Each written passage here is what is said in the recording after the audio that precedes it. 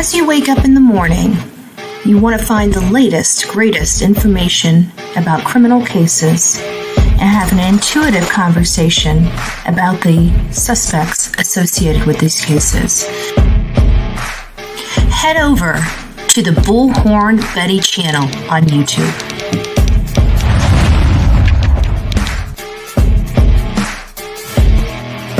Get breaking news right here on the Bullhorn Betty channel. Welcome to the Bullhorn Betty Coffee Club. Enjoy your stay and enjoy your day.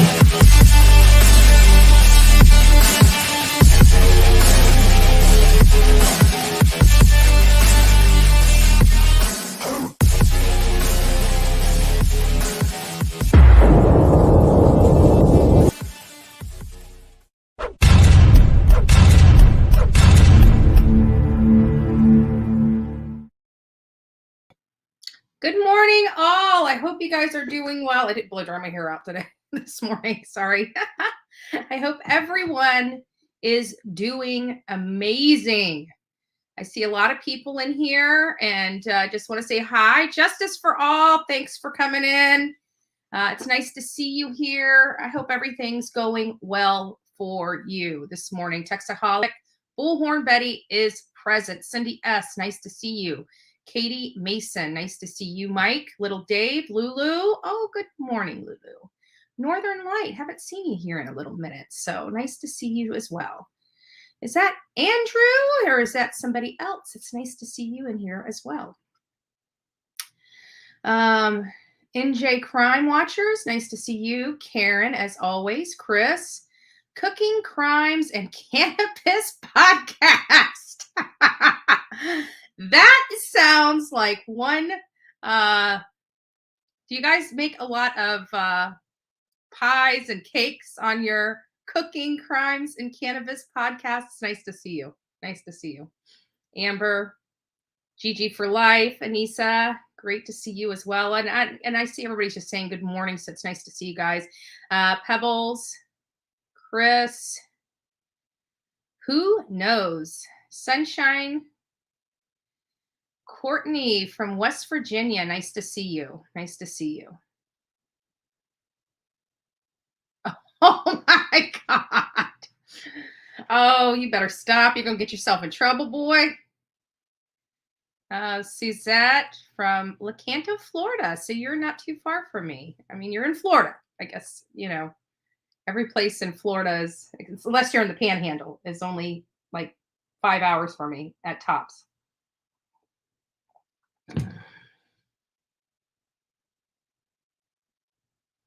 None of your business. Nice to see you in here this morning. Sage, good morning. Who else? Who else? We got some new faces. We got some old faces. Rhonda, nice to see you. Jackie Blue, nice to see you. And of course, it popped all the way up again. That's irritating. Let me find out where I was.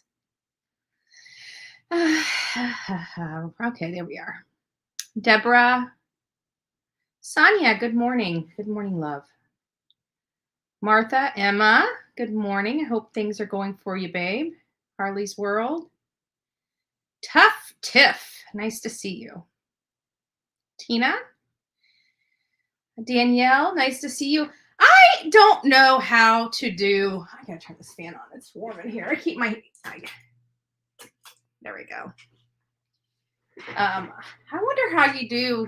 We're going to have a lesson, a YouTube lesson on, you know, like when I go into other people's chat, they have cool little scrolls and stuff next to their name. Tina's got the nice italic font. We're going to have people come up and school us on how to get creative with our names and our font on here on YouTube. Good morning, Complicated.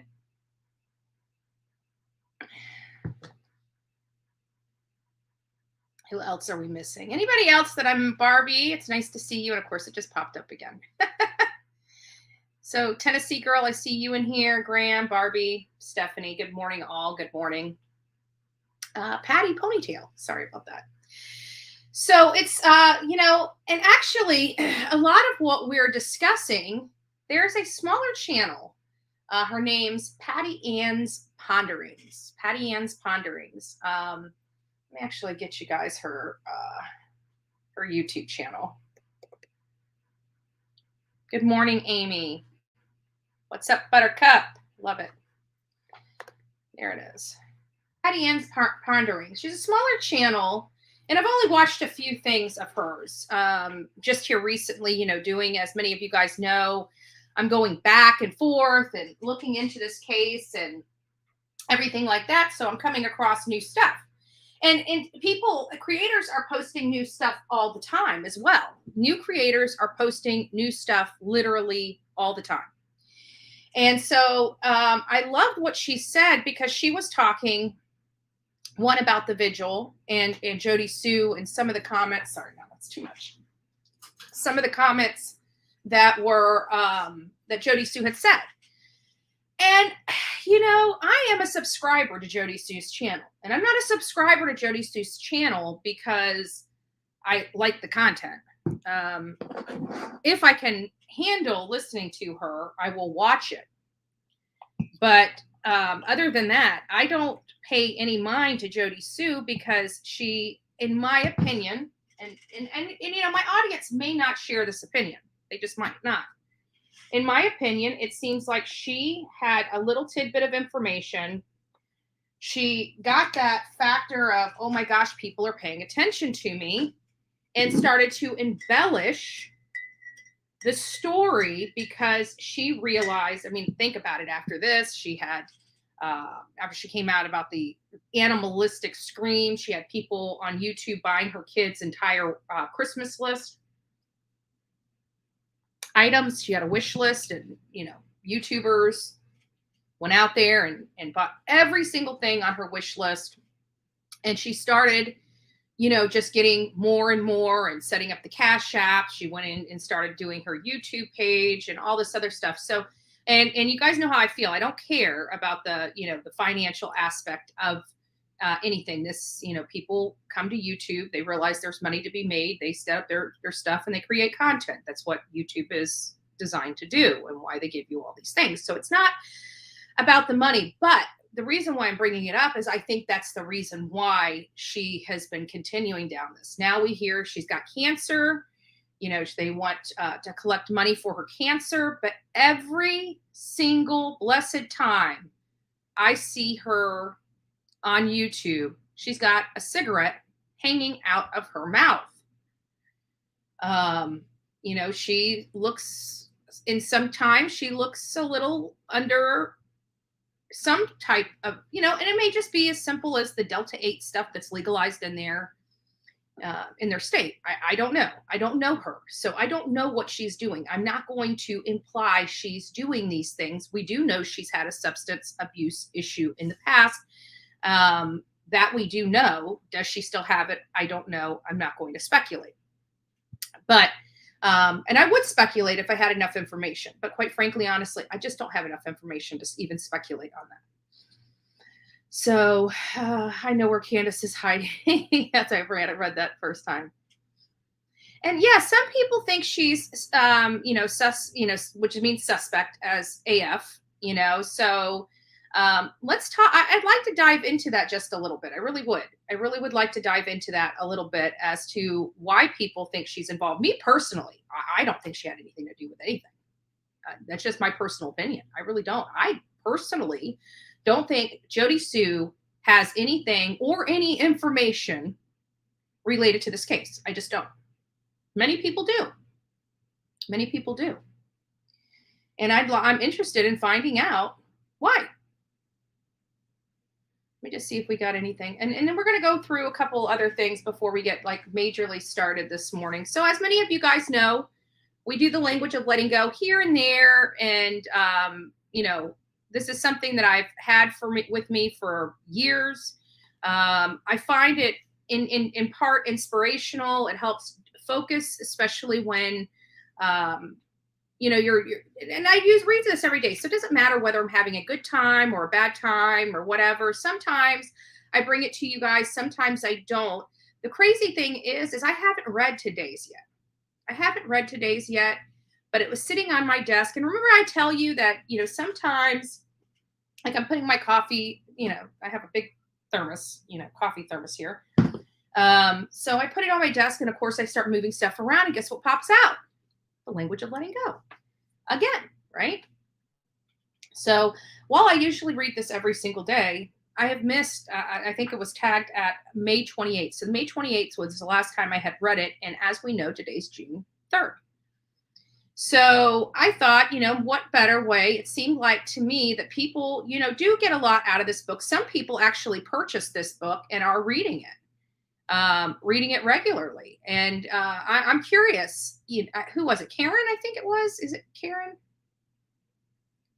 I'm going to go down to the bottom. I think Karen's the one that purchased this book. What do you think about it? Now that you've had it, you've been able to crack the spine on it and dive into it and read it. What do you think? How can anyone stay on YouTube for hours and hours doing the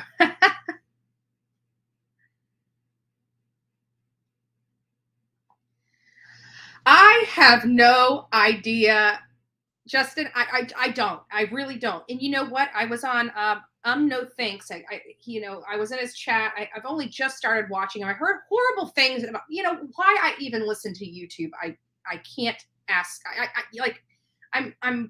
I kick myself in the butt because when I first came to YouTube and people were saying this and that and that and this and that and that, I believed everything everybody said. Well, now that I've kind of gotten my feet wet, I've been, just completely waterboarded with YouTube and YouTube BS. I'm like, why did I listen to that? Why did I say this person was horrible or didn't? I never even watched his stuff. And so I just happened to pop in his stuff, here recently. I don't know what his stuff has been in the past. I will probably go because he's been following the Summer Wells case. And I'm sure he's got some interviews on his podcast that would be interesting to me as well. Yes, it was you. Okay.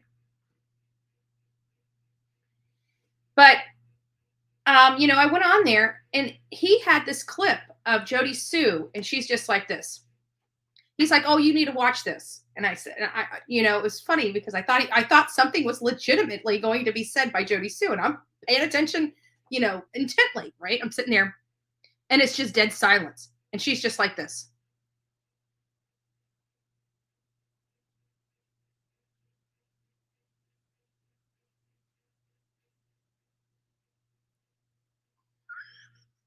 Guys, I'm telling you.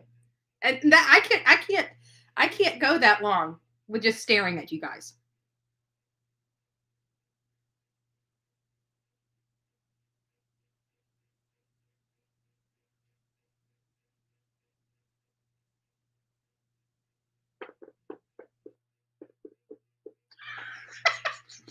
Sorry, I can't. And I'm just like, maybe that's the reason why I don't watch her is because I try to watch her for some information and she goes on one of those, I'm going to be really silent for as long as I possibly can while people are staring at their screen. I mean, like, is she trying to punk her audience? Like, I wonder how long they're going to stare at me for.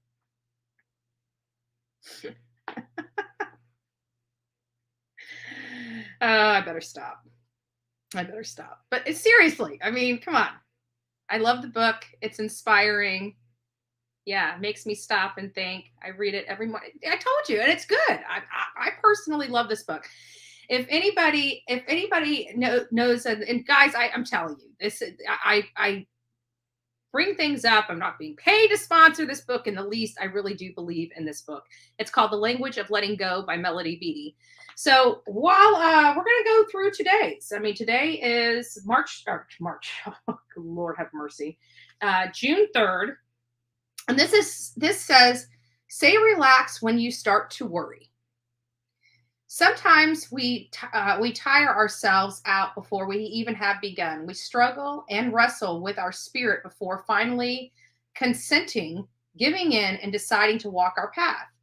Then we start. We wonder why we're so tired. Oh, excuse me. Then when we start, we wonder why we're so tired. Why do these things happen to me? ? What happened if I try this idea? Where will I go if she leaves me? How will I live without him? What if I don't do it right? What if? The path is sometimes uphill. Walk up the hill. Sometimes we have to go around an obstacle. Go around it. When we spend time and energy fussing, complaining, and questioning the road before us, we rob energy from ourselves, energy that could be better spent on the journey. Relax. Accept the path before you. A flat path would be boring. We can all agree with that. This is anything boring. This is definitely not a flat path. This is an up and down path. We can agree with that. If we could see all the way to the end of the road from where we are standing, then what would be the point of walking it? Quit fighting the journey and start enjoying it. God, keep me from exhausting practice of worry and resentment. Let me trust in you and the universe. I thought, again, I just read that, but I thought for whatever reason, this book popped out at me. No matter what I read in here was going to be what somebody needed. And wow, is that not true? Not only did I need to hear that, Somebody here also needed to hear that. Many people probably needed to hear that. So what's the name of the book, please? It is The Language of Letting Go by Melody Beattie. It's 366 new daily meditations by Melody Beattie. Now it says new on here, but I've had this thing for, they actually have different editions of this. So not every single language of letting go will match mine because they've had several editions. In every year they come out with a new one. They change each day. So even though that's in my book, doesn't necessarily mean that's, say, in Karen's book that she purchased. She may have gotten a newer one. I bought this a long time ago. I bought a lot of books a long time ago. I was trying to, find out how I could fix me. And that's what you do. When something is broken, you try to fix it. And I was broken. Guys, don't forget to go out and smash that thumbs up button, please. That's what helps keep this going out there and keep this live and moving around and everything like that. It helps with the algorithm. It helps this channel hands down. So if you love this channel, please go out and thumbs up it. Telepathy. Yeah. Aw. Thank you. Thank you. And I got to give a big shout out to White Rabbit. I really do. With all the craziness and hate that goes on the streets of YouTube, I honestly have to give a big shout out to White Rabbit. When White Rabbit sees something, first of all, I love her personality. Let's talk about some of the positive things that we love about White Rabbit, right? She's sweet. She's kind. She's accepting. I could go over a laundry list of wonderful things that I can say about White Rabbit. I have yet. Yes, she is awesome. Thank you. And she, has been watching this stuff on YouTube. She's a smaller channel as well. Actually, let me find hers. I will throw hers out here in case people would like. I like her stuff. She's not in with all the drama. She loves people. I think that's yes. But she loves people. I think she truly loves everybody. I mean, I don't think she has a bad bone in her body. Now, I say that with love because, quite frankly, why am I not finding her page? Hold on here. I'm gonna have to go into one of her things to go to her page. So if it sounds, I'm sorry. $1,200. It did. Just a second. There we go. Let's go to White Rabbit's page. There we are. Here we go. So this is White Rabbit.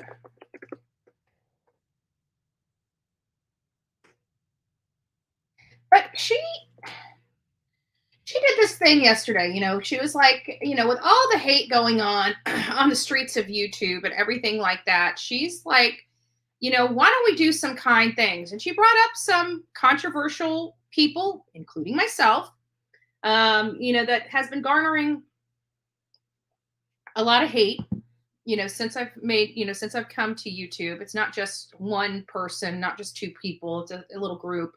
But she wanted to do almost this thing like she's going to bring up a thing, and instead of talking about the things that you didn't like about the creator, because we hear all the time about what everybody doesn't like about a creator, she went out there and she wanted to show love. You have to say positive things about the creator, positive things. And it was actually enjoyable for many people. I actually did the replay and watched the comments on it, and even some of the people that were not always so nice, actually enjoyed that live. I thought it was really, she's pretty cool. Yeah, she's a pretty cool cat. Yeah. Well, you haven't missed a whole lot, Lisa. You did miss our reading today from Language of Letting Go. That's about it.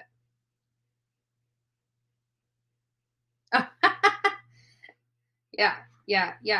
She's just kind of down to earth. She's not a true crime. I don't think she's a true crime thing. I think she's more of I don't know what her style would be. Does anybody know what that style would be?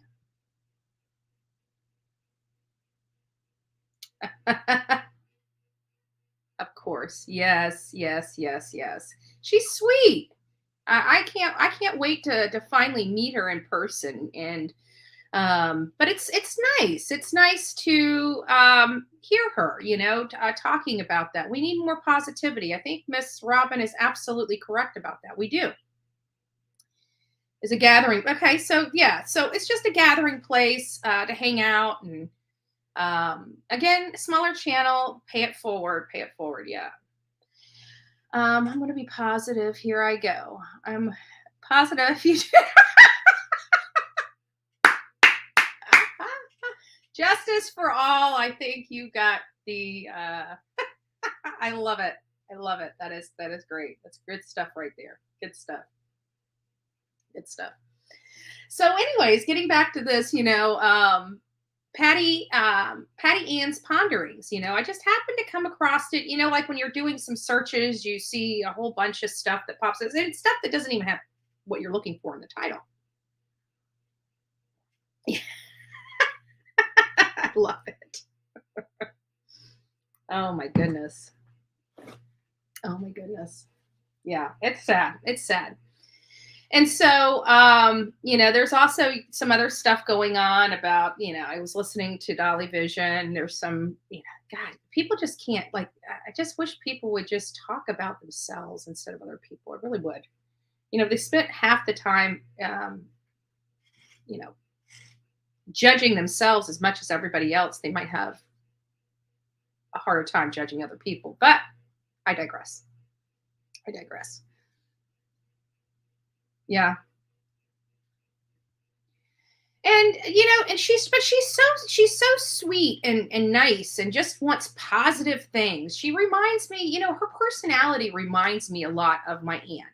Remember I told you my aunt was a hippie and left and hitchhiked all the way to California. She's now an RN. She actually just retired, but there's still a lot of a lot of stories that she has. I mean, it was just kind of, but anyways, her personality and how she is and the way she talks and just what I see online, it just reminds me so much of my aunt. It does. It reminds me a lot of my aunt. And I think that's why I'm very fond of her. And so I just wanted to give her a huge shout out because I really kind of think that, she just really kind of puts it out there. And, we want to surround ourselves with positive people. The bad thing is these positive type of channels just don't get a lot of viewers.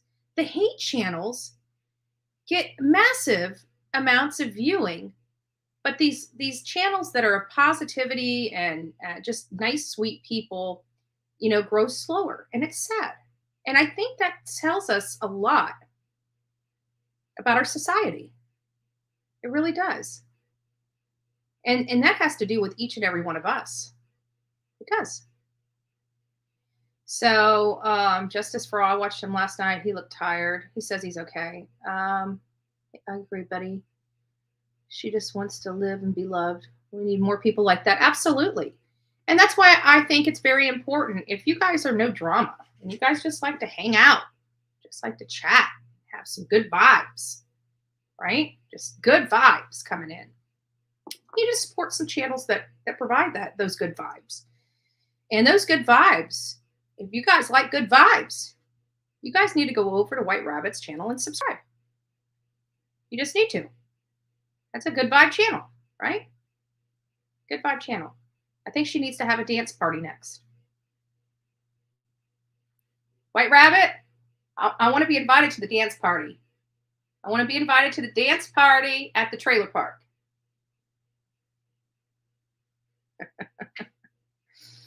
Oh my goodness. Who went live last night? Are we talking about? Has anyone heard? Yes, I heard from Ernie. I was on here, and I want to. It's hard with this whole Ernie stuff because I saw what I saw. He's saying he had, a break, and we all can agree that sometimes breaks, mental breakdowns from stress and everything, can look a lot like substances. Now, He is in the hospital. He has assured his entire audience that it's not drug related and stuff like that. I don't know what's going on in that man's life, right? And I don't want to judge somebody when I just don't have enough information about it. I can tell you that before, this is what I can tell you. I can tell you that before this event happened, he seemed to be spiraling. I mean, it was noticeable enough that mods in here, reached out to me and said, "What's going on with him? I'm really, really worried about him." And this was what I want to say a week, maybe 2 weeks before this event happened where he went to the hospital. I'm glad whatever's going on with him, he's, working on and trying to get better. But, I listened to him and I felt bad, right? I felt bad. Everybody knows I care for Ernie. I think he's a good guy. I think he has been unfairly attacked here. And I think it's sad. And I think there's a lot of creators that have been unfairly attacked on here. But, what he's gone through with the whole just nonstop law enforcement, people calling on him all the time is just wrong. And I feel so bad. And, it's like we're all watching. It's almost like we're watching this freight train just going full speed ahead to a concrete wall, supported by steel, I mean, and layers. Yeah, I don't know how to explain it. Like we feel like this train is careening toward a small town or something. I don't know, how else to, like, we're just all watching, figuring out what in the world's going to happen.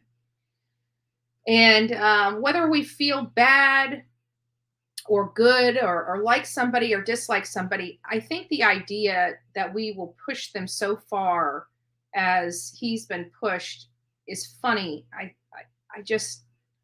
think it's sad. I think really what has happened to him is just sad. I don't know how to explain it other than that. I don't believe it was drug related. He's being bullied nonstop. Absolutely. Absolutely. I don't know what's going on in this man's life. I don't. I don't know his personal business. I know what people say, but we also know what people say online is true is flat out lies. That's one thing we can definitely say. They don't care about their information being accurate. Well, I think what it has to do with Stormy, in my opinion, is that first of all, let's talk about this. First of all, he deserves to be on YouTube just like everybody else. What he doesn't deserve is to be attacked, bullied, and harassed and humiliated nonstop. That's not okay. Hold on.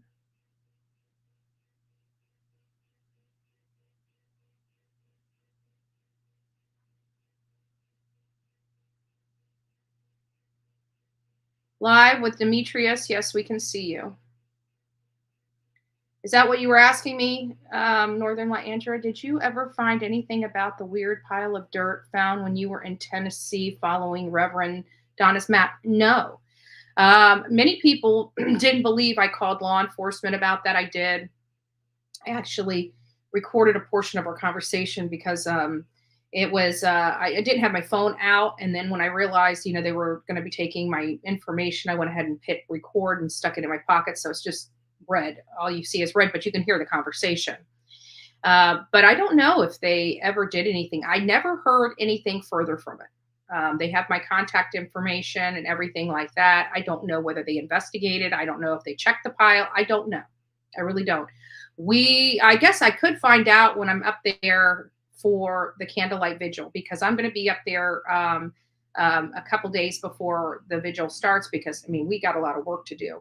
Which reminds me, if the girls that are volunteering and helping with the volunteers and stuff, what was it, Guidance and Suzanne, if they're in here, we're going to need to get together to find out, where we're at, what all is left to do, and to make sure that you got a hold of those people. I think it was Becky that said that she wanted to pray over the vigil, because I've still got to decide, we're getting a little close to crunch time, and I want to make sure that everything is as it should be. And again, for those people that are coming to Summer's Candlelight Vigil, if you guys would like to have some kind words to say at the vigil about Summer, please reach out to me at bullhornbetty@gmail.com, because I need to get a head count. You know, this is a 2-hour event, and I'm sure people don't want to hear me speaking for 2 solid hours until we release stuff. But we're not going to be there in silence. You know, if I've got to roll with it, I will roll with it. But if people do want to speak, I'd like to get an idea of the number of people that would like their opportunity, to speak about Summer, so I can make sure that when I'm setting up the program, our times, when we're going to be doing things, so everybody kind of has an idea of the time and the layout of the whole vigil. Just let me know. Just let me know.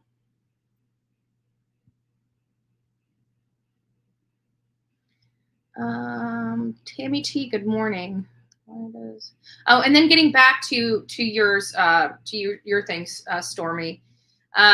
First of all, I think it's wrong, in my opinion. This is just my opinion. I think it's wrong that people should bully him, and it's his responsibility to get off YouTube or private and go silent for a while. Where is the condemnation to the people doing the bullying and people out there in YouTube world saying we've had enough? He has a right to be here just like everybody else. What you guys are doing is wrong.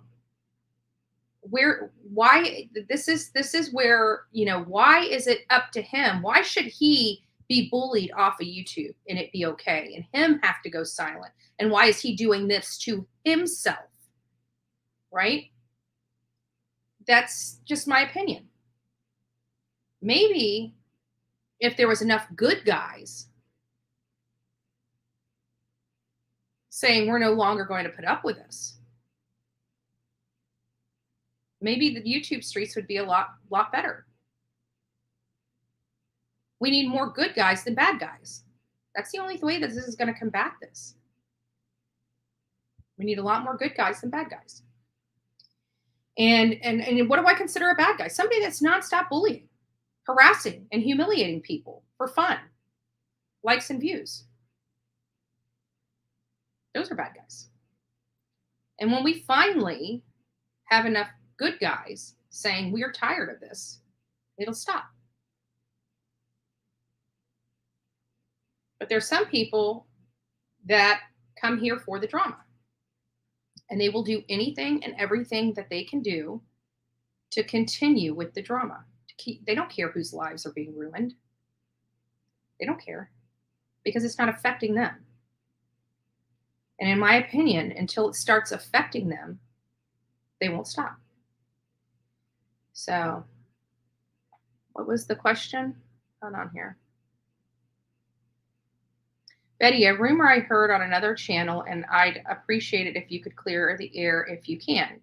Can anyone speak at the vigil, or is this only for monetized channels or other channels? No, anybody can speak. Anybody's allowed to speak. We're going to be opening up to the public. The only thing I said about the monetized channel is the people to come up at first. It was going to always be open to everybody. But people that have been a monetized channel and been following this case, like you, like me, like Molly, if they wanted to come up and say a few words, it was to organize the flow of the event, right? So typically any event you have somebody that prays over it. You have several speakers that come out and speak, and then you open it up to the public. That's it. But again, these people are too busy trying to manipulate what's really going on here and lie about it, that it's almost frustrating, right? It's almost frustrating. But no, everybody, all I was talking about with monetized was, one, the group photo, and two, in the order of speakers. That's it. It was always going to be open to the public, to anybody that wanted to say a few words. That was always going to be part of this whole thing. And I've talked about it. They took something I said for organization purposes and spun it. Right? But no, it absolutely Everybody has an opportunity to speak. The only requirement, like I will, if somebody goes up there to complain and say Candace did it or something to that effect, I will cut the mic off.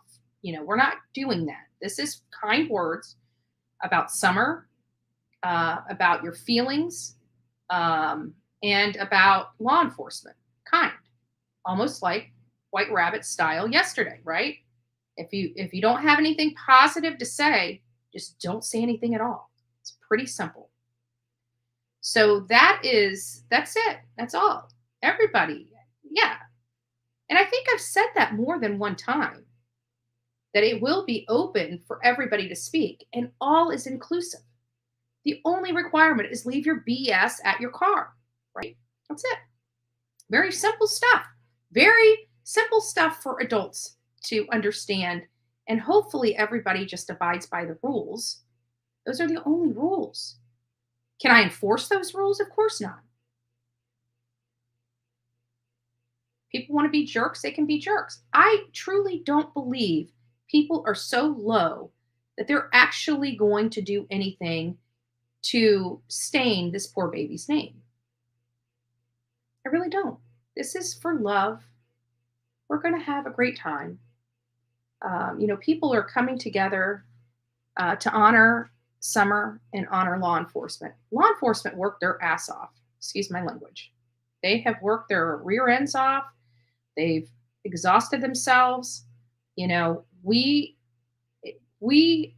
have issues as to why, especially with the boys, but with that gag order, I think it was Don B that kind of brought to our attention, especially since the boys case has a gag order on it.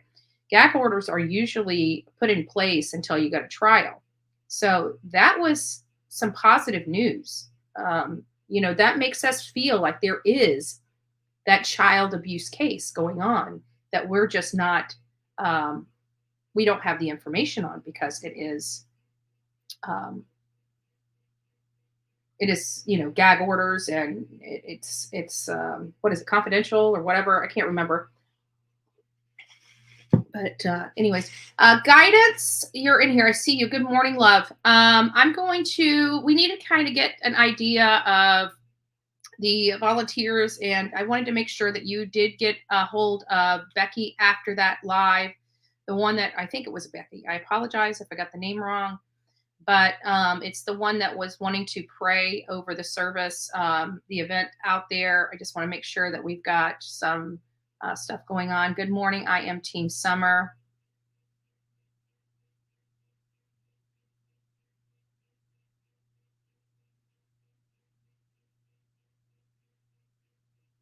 I know. Wow. And that's true. I mean, I don't know what's going on. I think Duty Ron was even talking about that, about how,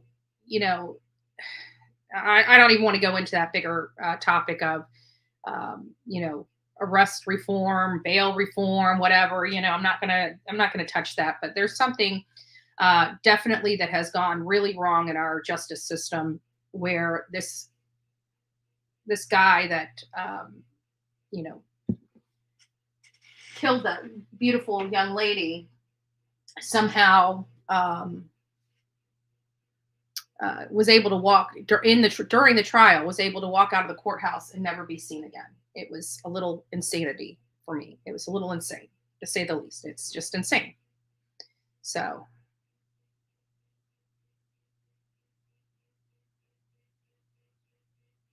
Yeah, because that was what I was thinking, is that, because of all these people that are just got nothing better to do, it makes me wonder, was that somebody that was just trying to throw us off so we would be relying on them? So what I'm going to do is I'm going to keep moving down the road. And like I said, we're going to have enough people out there that if I don't have somebody to pray over it, I'm sure somebody will step up to the plate for prayer. And, I just think that that's super important, because we're there for love, and, we need to pray for this baby's safe return. But as many of you guys know, I believe that we might be past that point. And I also watched, Michelle Walks, or might have been Michelle After Dark. And, she was talking about Dawn, possibly being, Dawn and Candace possibly being innocent and, just having a guilty conscience because they know something more. And I don't know. I'm not there. I'm definitely, my opinion of this matter is definitely not that. And I don't think it'll ever explain their behavior. And that is the biggest problem I have. Hey, Steph, nice to see you this morning. So anyways, I wanted to go over here. I'm going to see if I can just pull up the spot. Please bear with me. I didn't do it before we went live. I should have probably, but I didn't. And this was on Patty Ann Pondering.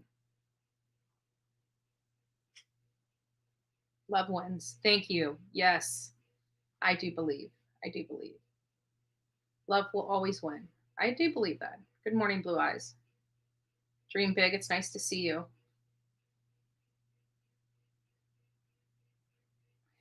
No, actually, we just got. Well, we've only just been kind of talking about this, that, and the other. No, we're not even. We haven't even started. So you're good.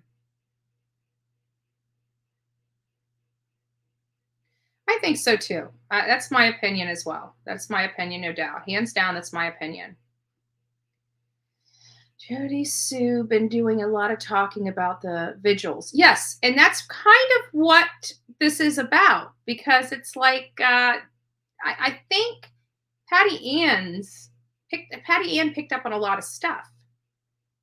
I think she picked up on a lot of stuff, and she questioned. And I think that's what drew me to her channel, is because she asked the right questions.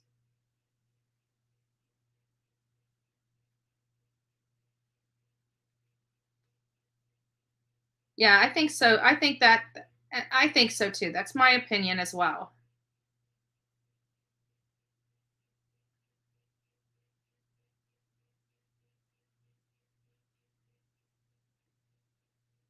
And I don't know where this thing came up. I never heard a statement come out of I heard people talking about this statement about what's his name? Ronnie Lawson, saying he doesn't want anybody searching for it anymore, which I find a little odd. Does anybody know where that came from? Or is that just a rumor being peddled around the streets of YouTube? Because there's a difference. I've heard so much stuff from people that just want to keep people away from this case. Why? Because they're the ones that want to be the only people that report on it, right? And so I just don't trust, unless I see it come out of somebody's mouth, I just don't trust it.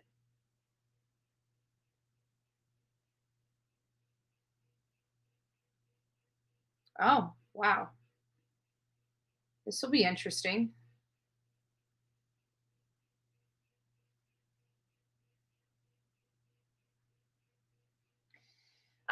Can you send me that? I would like to review it. I'd like to review what he actually said. I haven't seen it yet. So yeah, like they were growing weed or something. Yeah. I heard it has to be a rumor. I think there's a lot more going on behind the scenes. There might be. I mean, think about it.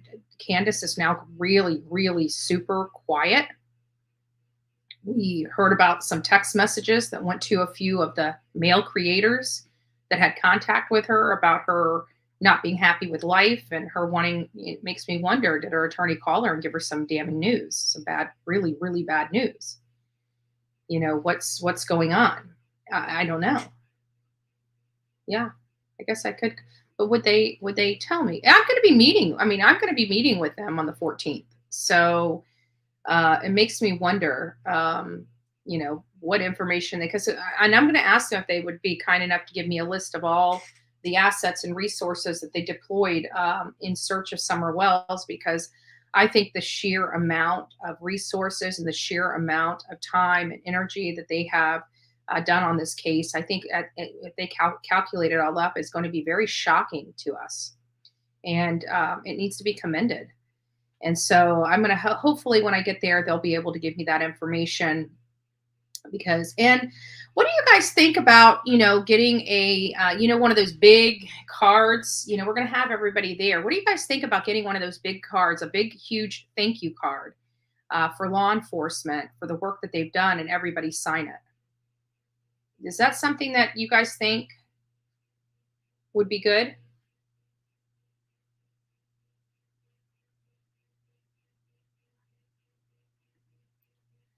Okay, the only reason why Ronnie Lawson said that about searching is because the foliage was too thick and he didn't want others getting lost, in my opinion.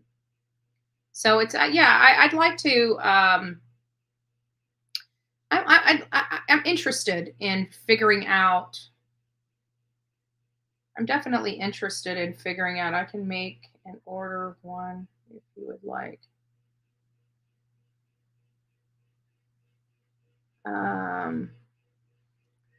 Yeah. But what do you guys think about it? I think it's a good idea. Watch the Equa search video. I'll watch the Equa search video as well. I think you should give them a card. I think I think.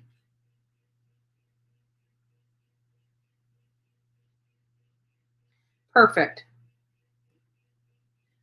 But yeah, I'll look on Amazon today and purchase it if I can find one and bring it for the police. Yeah, because we're all going to be out there. And, after it's all said and done, I would like to, give them something from all of us. And I think, a big old, one of those big giant thank you cards that we can all just, sign our names, tell them all thank you, tell them how much we appreciate all their hard work. I think that would be a really nice, something nice to give them,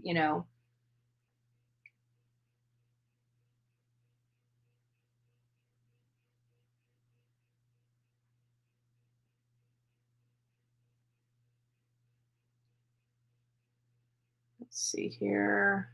Justice for all. Let me know. Shoot me a message. So guidance is, I'm sure you guys are probably reading it. Probably don't.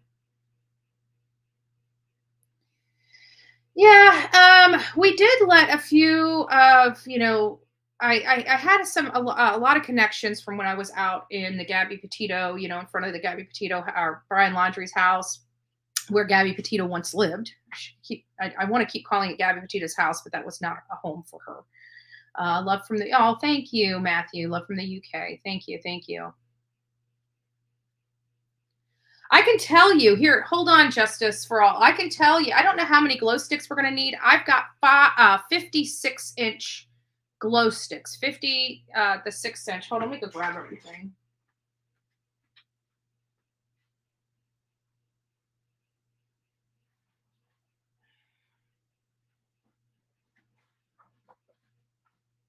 So, box is starting to get a little too heavy. So what we have here is we got 2 bags of the glow sticks, the 6-inch. So we have a total of 50 glow sticks. We have how many lanterns are on each one of these? 25. I don't know if these are 20 or 25 in each package, but these are the biodegradable lanterns. They just need to be placed. We've got those. We've got the purple balloons, the biodegradable. They're biodegradable. And they say when somebody you love becomes a... That's not what they say. Hold on. Let me read what they say. Hold on. Let me pull one out. They're actually pretty.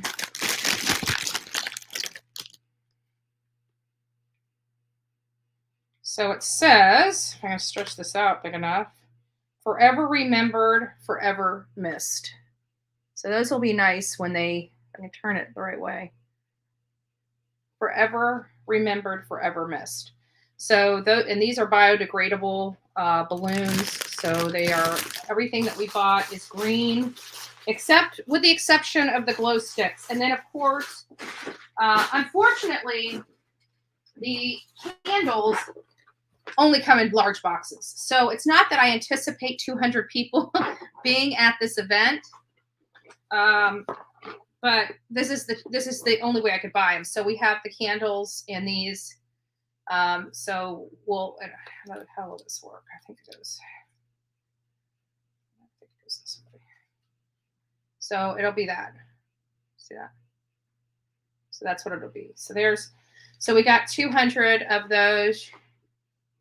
I don't know if Cher's coming to the vigil or not. I really don't know. I need to talk. I've been communicating with her, and as a matter of fact, I think I'm almost ready to speak to her live online because I really think, you know what, guys, and here's another thing, like, listen to the voices behind the wall. I know some people like her, some people don't like her. I can honestly say I had my, the issues up front, but I can tell you, she seems very nice, despite what, people say online. She seems very sweet, very nice, just very determined, very, passionate, and she has the go-getter attitude, and that's what we kind of need. Trust me, this whole YouTube stuff is not for, it's rough, and the more you're known, the worse it gets. I can tell you that, and the more money it costs, because it does cost a lot of money. Here, I mean, I've spent a lot of money, on legal expenses. People don't even know, they have no clue. And it's the bigger you get, the more it costs. And it does. People think that we don't really make, I mean, unless you have like hundreds of thousands of views, you don't really make a lot of money on YouTube. It's enough to pay the bills, it's enough to keep the lights on, it's enough to keep doing the work that you want to do. Like, this is work that I love to do. I feel like it does make a difference, and I try to do the best I can do. That's all that should be expected of anybody, right?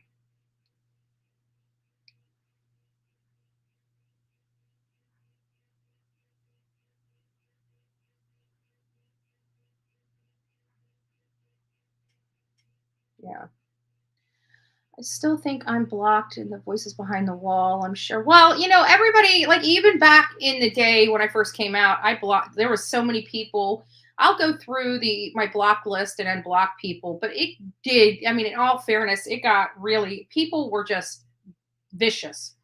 There's still a few of them there. I mean, I think it's calmed down quite a bit. I honestly believe, that some of this stuff has calmed down. I mean, from when we first started out in January and December, I just felt like I was, fighting with everybody. I mean, the attacks just kept coming and coming. I didn't know how to handle them. But I think outside of a few pieces of crap out here on YouTube, there, it's calmed down quite a bit.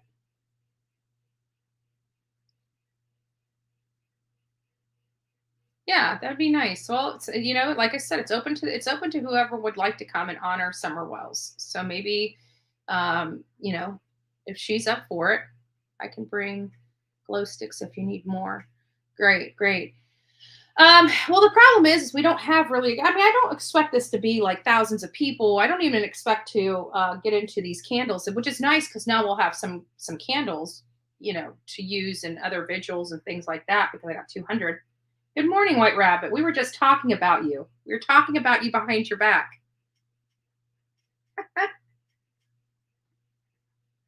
We were talking about your ears must have been ringing.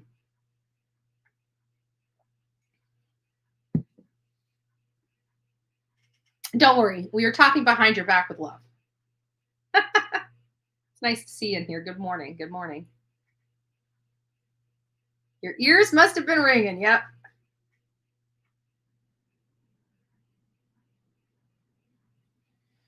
I don't know. I just think that at this point, don't you think law enforcement? I mean, a year later, I think about it. Hundreds of people, FBI agents, TBI agents, Hawkins County Sheriff, and you think that they have not gone through the entire family yet? I don't know. Possible. Possible.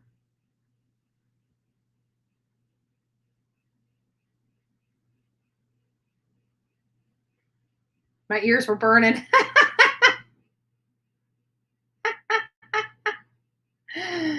That's funny. That's funny. Yeah, I gave you a shout out this morning, and I just really I liked your, skit yesterday. Positivity, and I just think it's something that, we needed on YouTube. Good job, White Rabbit. That was, really good, and it seemed like people enjoyed it. And I just wanted to make sure. Yes, some people suck, but not over at White Rabbit's channel. White Rabbit channel has all the good vibes. She has all the good vibes.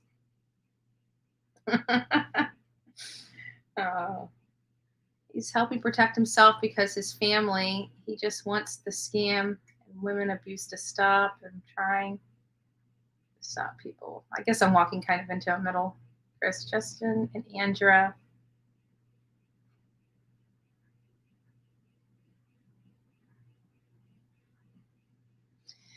I don't necessarily think that. I mean, because to be honest with you, a lot of creators have come together and, are sponsoring something. And even some of the audience out there, I think one of our audience members is purchasing a nice cake because we don't believe Summer actually had a birthday. Years in the past, when Summer had her birthday, they had the birthday cake, the present opening, and everything like that. But we just didn't see that February 2021. And it calls into question whether she ever had a birthday. And so I'm of the belief she didn't, because her mom posted all their birthdays in the previous years, with the cake, sitting around the table, opening presents. And her February birthday, right before she disappeared, we didn't have any of that on any of her social media accounts.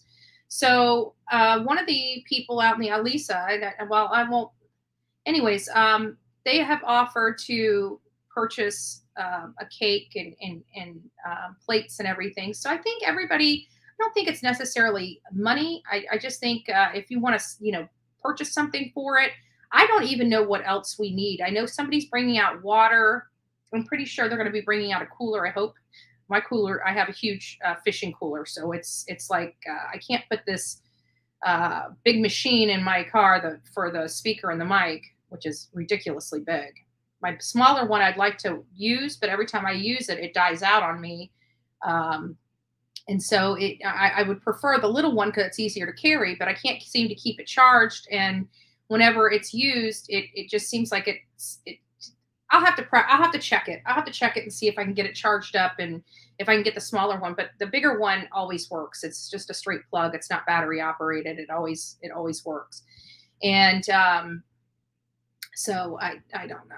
I don't know. It's just that and then there's people that said they were going to be bringing a projector.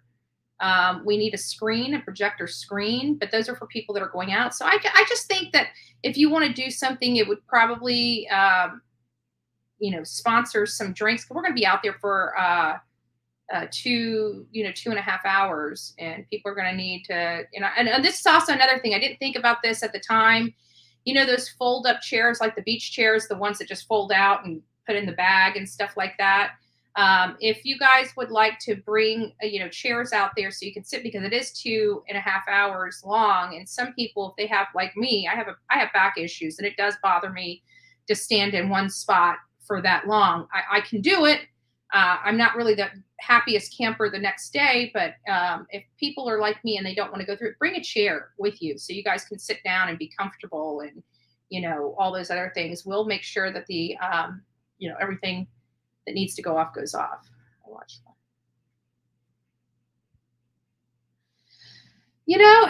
I've got to say, Jonathan Lee Riches has been saying that for a couple weeks now, and I believe she made it, but I believe she never got out of the car.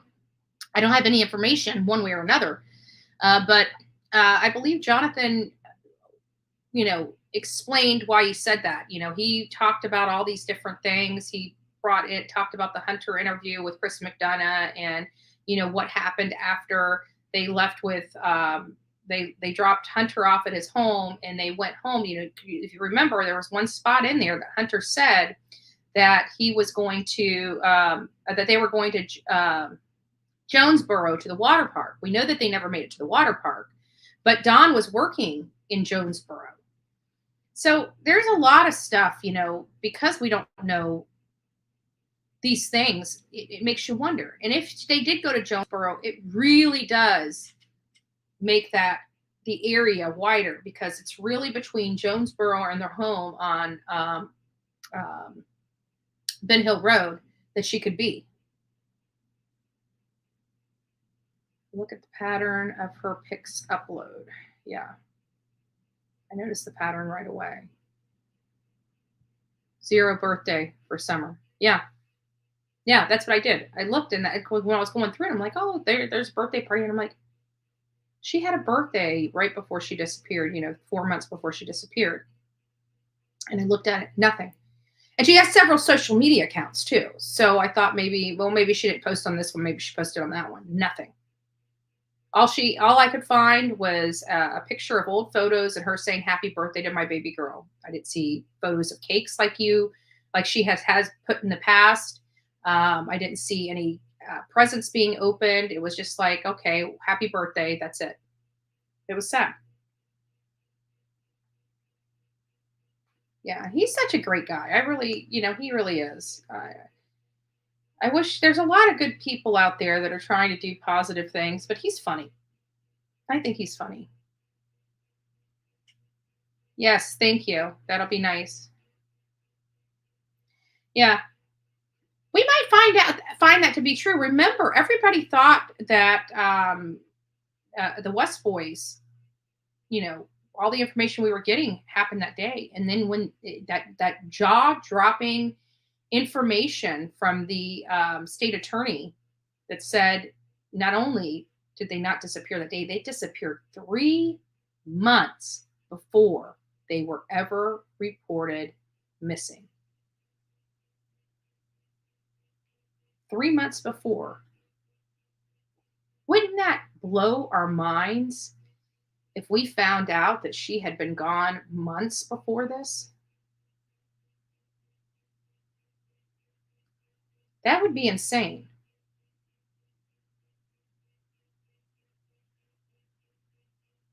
Oh, that's sad. Hi, good morning, Ziggy. I hope you're doing well. They didn't call their oldest son's birthday at their. It's just sad. I mean, think about it. We're kind of accustomed to our parents being like that. And, that comes back to, remember I told you guys yesterday that when I was at my cousin's reception, I went out there and made a video. I never posted that video up, but I was sitting there talking about how nice it was that I have my family. Many of you guys know my story. It's not like my family, it didn't have its problems, but I still am very lucky and thankful I do have my family. And it just, you never think of taking it back and just saying, this is what Summer never had. Summer doesn't have this. Summer never had this. Ever. And it makes you wonder why. And it breaks my heart because, we're going to be coming up on some holidays here in the near future. We just had, a couple service holidays and stuff like that. But we're about to come to Halloween, Thanksgiving, Christmas. Those are all right around the corner. And we're all going to get to go out and see our family and enjoy each other and love our family and our friends and have great times.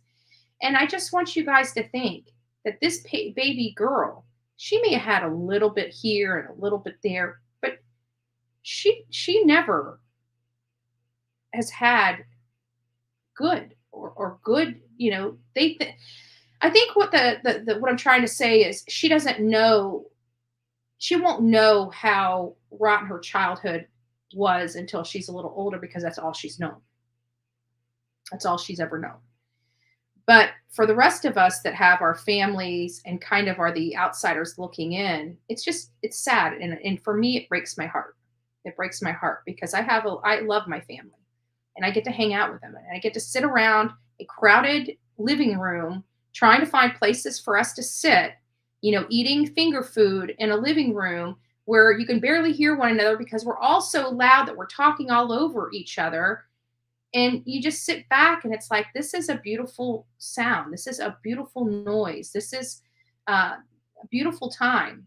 And this is what she never had. And it's sad. It's just sad.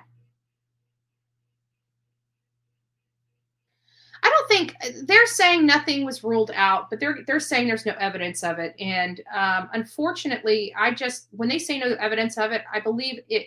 Since they refuse to rule it out, I think it's literally on the bottom of the list. Like when they're saying, okay, what could have happened to this child? Like anybody that's looking into this child's case, they're going to be looking at what is the possibilities that could happen, right? They got that big whiteboard in there, on the wheels. They're sitting there writing every possibility down, every possibility on this board, right? And they're excluding it. They're either proving it or disproving it. And so we have this thing where they come up to the abduction theory. There's two possibilities of this abduction theory: a random person or targeted hit. Right? Those are pretty much, was she targeted, or was this just a crime of opportunity? And I just don't see how any of the. I mean, if they were like, there's a corner house there, right as you enter Beach Creek. And Ben Hill, like Ben Hill goes this way. There's a house right here, a low-lying house, and then their house is up on the mountain. It would be more of an opportunity for somebody, and she's got a kid. This house down here has got a kid. It would be more of an opportunity to do that house than it would be this house. So that's what I don't understand.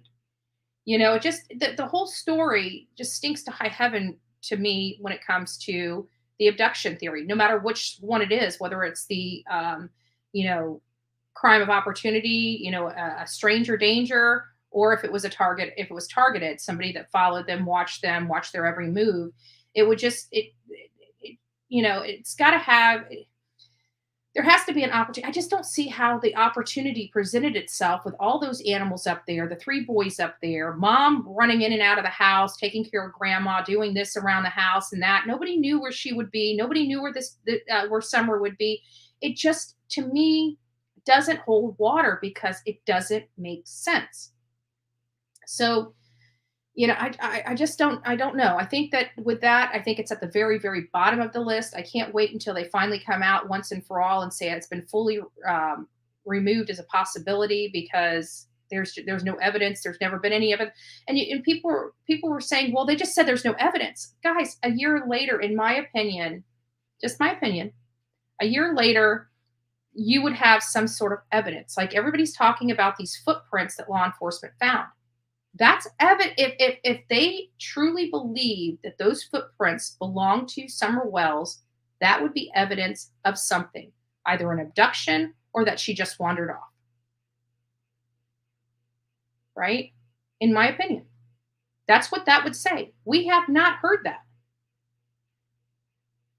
We have not heard that. It seems to me that they're more frustrated with the fact that the Wells, based upon Ronnie Lawson's March 1st press conference, that they're more frustrated that the parents have stopped cooperating and have lawyered up than they are of this, she wandered off. Think about it. How that terrain is very rough. Ziggy's been out there. Justice for All has been out there. I don't know who else has been out there. White Rabbit has been out there. The terrain is really, really rough. And you take a child that has no shoes on. It just, I don't know. Is it possible? Yes, it's possible that she just wandered off. She did something that she had never done ever in her life and just wandered off and kept walking and going as far as she could go away from that house with no shoes on her feet in that rough terrain. It's possible. Yeah. And they would be able to, I'm curious, you know what would be mind blowing to me? I'm curious as to how many times they've had to adjust their story, because at the beginning of this, we were watching all these things like the Behavior Room, Chris McDonough, a few other channels that had them on. I know MGL had them on. We had them on. Cher's had them on. Cracking Cases, Benny, blah, blah, blah, blah, blah, has had them on. But I'm curious as to how many true times their story has changed. That's interesting to me, because that might be because at one of the very first interviews they had, they came right out, because it was with that behavior. Well, maybe it's not the very first interview, but they had that behavior panel interview where they were just in the room. Actually, let me just pull that up a little bit. And we're not going to watch it in its entirety. I just want you guys to see it.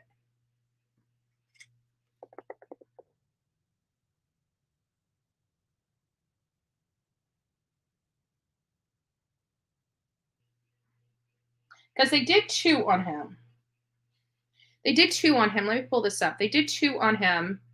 One was the actual interview where they didn't really discuss his body language.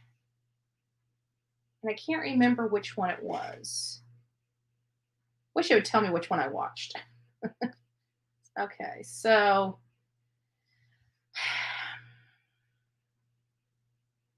it looks like it. I bet you it's this one. I think it's this one. So let me pull this back. Let me get to a spot that is on here. But this was pretty. You see this app right here? It's called Audible. Using Audible app. Okay. So this was September 24th. I think it's. They're talking to him, but they're just talking to him. Let's just see what they have to say here.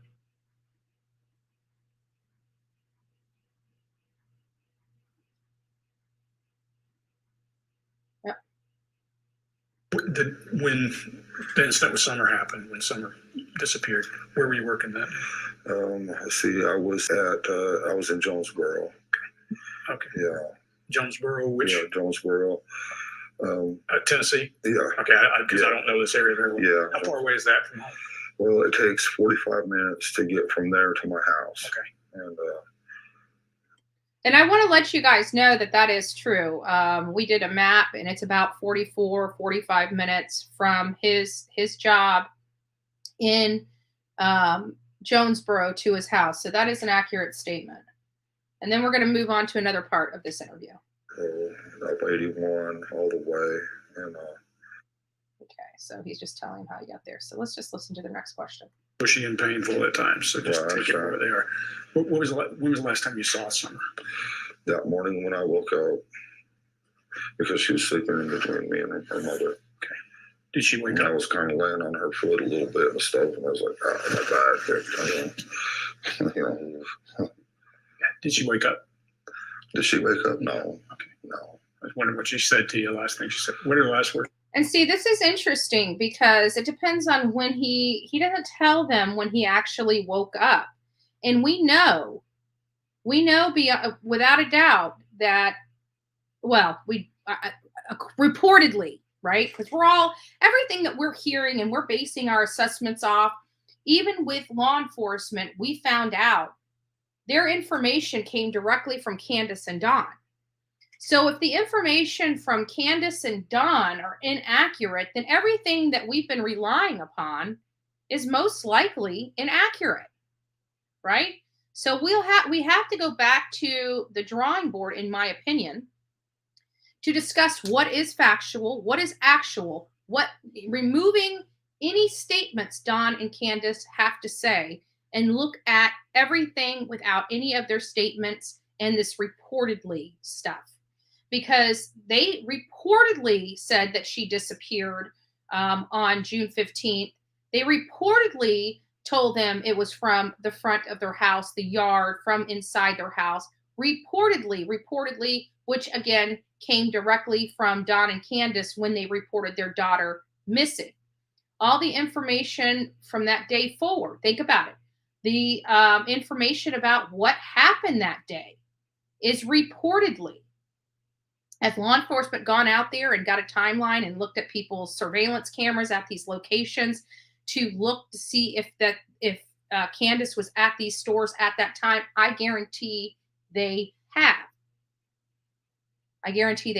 But law enforcement is not talking to us. They're not telling the community. They're not telling anything because they need to protect the integrity of the case. So we're basing our timelines off what Hunter and Candace has stated. What if those timelines are altered because law enforcement has different timelines when they showed up at these places? They're not going to tell us that their timeline's off. What if they're way off? What if we find out she went to the hippie house on the 14th and not the 15th? What if we find out her trip to Sonic was on the 12th instead of the 15th? We don't know because we're basing our information off of what Don and Candace have told the public But what if they told the public incorrect information to throw us all off? Would it be uncommon for them to do that?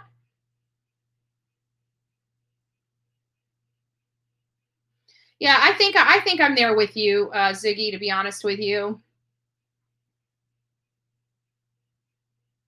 Yeah. I don't think,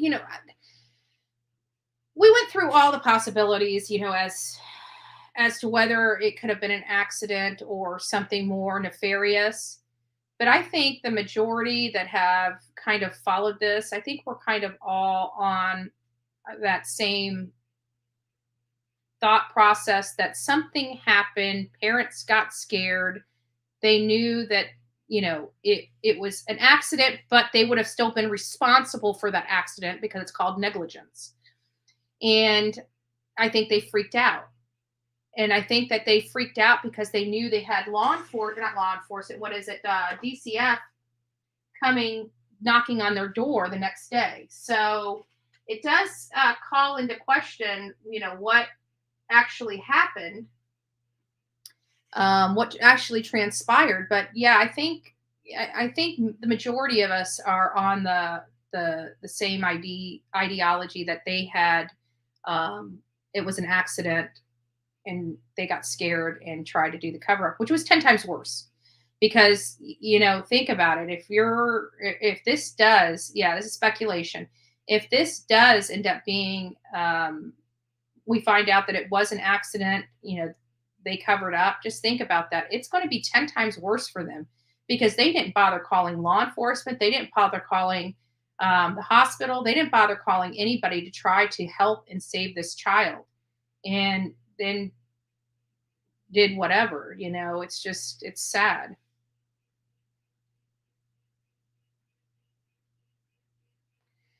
They might, we don't know. And even if they did, would they be coming forward? I don't know.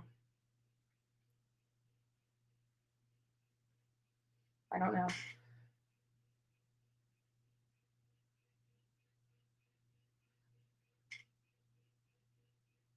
But anyways, getting back to this Patty Ann's, I don't know how long it was on. Let me just see if I can. Let me get this up here. Hold on one second.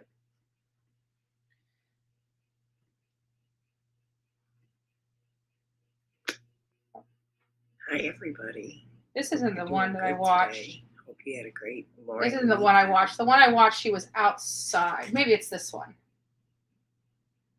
Maybe it was this one. Yeah, I think it was this one. She had one of them. Maybe not. She had one of them on here. Let me just go into her videos and see if I can find it. She had one where she was sitting outside talking. Oh, here it is from 2 weeks ago. This is the one I watched. Hey, how's everybody doing today? It's Patty. I just wanted to come on here for a few minutes. I'm outside. I told you I'd bring you outside. It's a beautiful day here. I'm in Michigan. I'd just like to know why Jodie Sue is so nervous about people coming up there with drones. What are they going to find, Jodie Sue? I mean, you don't even live there. You don't live there. You don't own property there. Your ex does. And yet you're going to be upset about people going up there searching. People having a vigil. What's wrong with you, Jodie Sue? I don't understand because, I thought you cared about Summer, right? But obviously it's true that you don't. Because if you really cared about Summer, you'd find a way or you'd do something to be there for her instead of being like this, Jodie Sue, because you make yourself look really suspicious in my eyes. And so, and in other people's eyes, Jodie Sue, what are you doing telling people not to come to Ben Hill? Anybody can come to my yard right now and search for Summer Wells if they were to think that she was here. You could search for anybody here. It doesn't bother me because I don't have nothing to hide, Jodie Sue. So why would you be afraid? I think that's the sentiment. What do you got to hide? I think that's the sentiment of a lot of questions that we have, right? Like, why is she so concerned? Apparently, she doesn't even live there anymore, but she's, shaking her finger at people. And I just thought that this is the one that I was talking about. It says Summer Wells vigil and Jodie Sue is triggered. Guys, go over there. I put the link in. Here's the link to that specific. Oops, hold on. That specific video.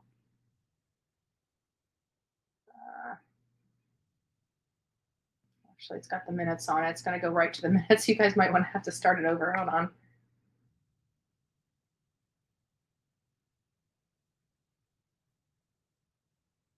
But I just thought it was interesting, and I thought it was kind of, I think it's right with what we are questioning as well. A big part of the story, in my opinion, was that DCS was coming to their house on the 16th. How strange that Summer went missing the day before. I agree, Val. I agree 100%. A lot of people have brought that to all of our attention, that there seems to be something a little odd about that. There's a lot of weird, I want to say coincidences, but I don't know if that's the right word for this, because I don't really believe in coincidences. But something that deviates from the standard anomaly would probably be a good word to use. That's what we're hearing, and it makes you wonder, is that true? I'm interested in it. And some of the people in Tennessee have agreed to meet with me when I go there so we can go pull the incident card of that red truck in front of the Wells property that morning. I'm curious as to find out when the call came in for that red truck and when Don actually met law enforcement officers out there, and if law enforcement actually wrote up an incident report themselves, for their records at the sheriff's department. And if so, I'm curious to find out what time that happened, because I heard, I haven't confirmed, and maybe somebody else like Ziggy may have, but I heard that red truck, the time that he wanted to go take a picture of that and the time that law enforcement was down there, that it was around 10:30, between 10:30 and 11:30 in the morning, which would throw his whole statement that he got up early, had breakfast, and went off to work. It would throw that right in the trash. And if that was true, I also heard that when he was down there with the law enforcement officer, he was in his white work truck, which would cause another question to be said, that why was he in his work truck that morning, but come back that evening in the Subaru? Could something have happened and he got this and he went to clean the Subaru? I don't know. Your guess is as good as mine.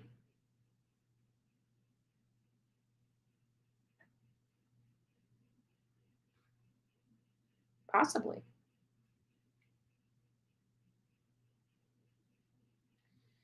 Yeah, I'm curious. We need to, if people have those, put those up, post it, because I'm curious.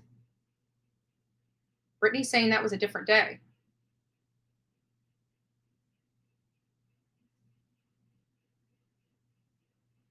Yes. Anissa, you want to help? Gigi did. No record of it. Okay, where was that? Hold on, this stuff popped up on me. Sorry. Didn't mean to, that happened again. Didn't mean to hit, there we go. That's the one I was trying to. So who was in the red truck chasing Scott Eat Skulls around the holler and nearby about a month ago? Huh. Interesting. I don't know. We do know there was a red truck, a small red truck outside of Tim Mullen's house.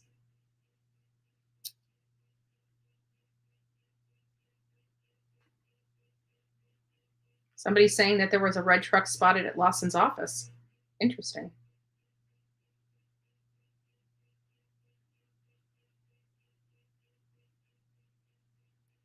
Okay, so I know why they arranged it. Parked the car and phone at the job site and left in the white truck. Interesting. Interesting. It is. There's a lot. I mean, there's so many questions about that day. We had an idea of what happened and the stuff. I don't think no matter how we look at this, that the parties that are of concern are still the parties of concern when we break it down. And I think that's what's so crazy for a lot of us, because no matter how we break this case down, it still goes back. No matter what our thought process is on what happened that day, it still kind of goes back to Don and Candace and Grandis. We keep forgetting about Grandis, right? Grandis was there. She put herself right all up in that mix. And we keep removing her almost from the equation because she doesn't talk. She's not out in the public. The only ones that were Candace and Don, and mostly Don. And then when Don went to jail, it was Candace all the time. And then we got to finally hear a story. I call it a story because I don't believe it. I believe some of it, from Grandis on March 1st. We finally heard her speak on the record about what happened that day. And she threw a monkey wrench all up in it. Because for the first time, we hear she had a nap.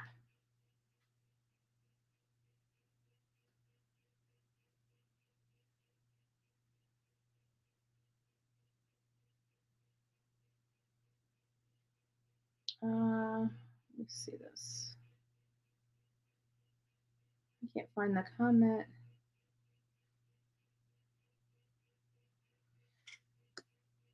I'm curious what people's thoughts are on that.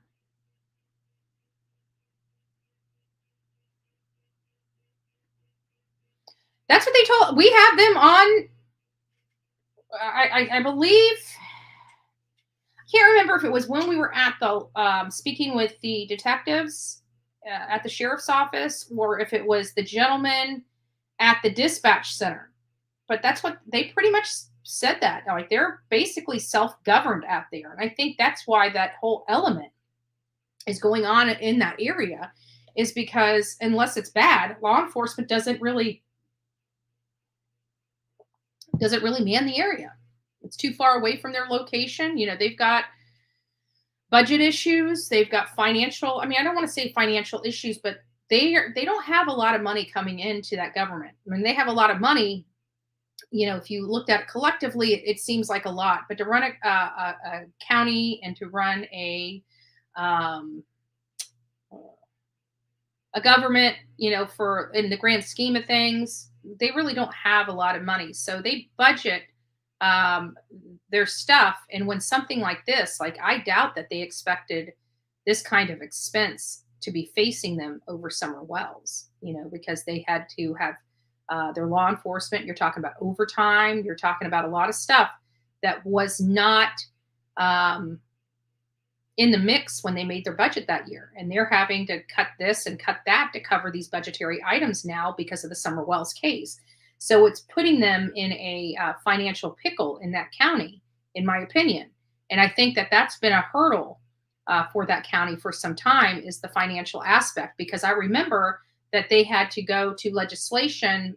They had a legislative meeting to get some more funds for this case. They had to go before, I saw this where they were going before the board. They were talking about the resources that they needed for the search.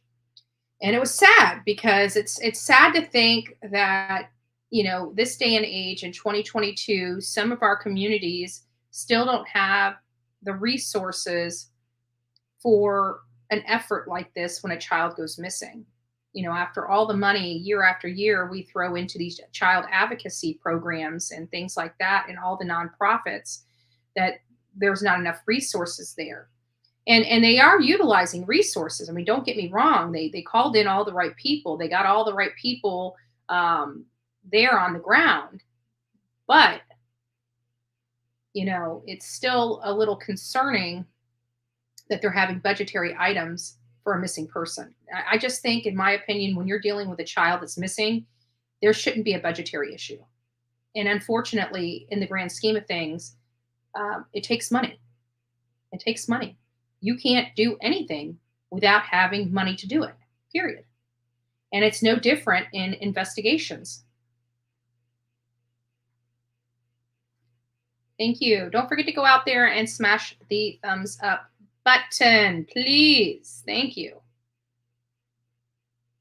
Let's see what we got here. There we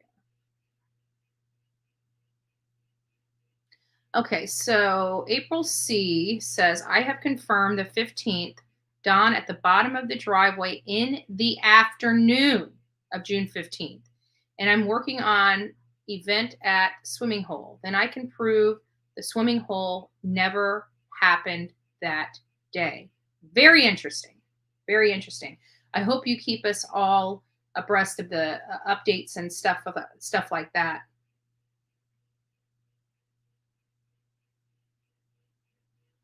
Oh, wow. So there was a plate on that truck, and I'm assuming it's that one that was chasing that person around the holler. I'll get you.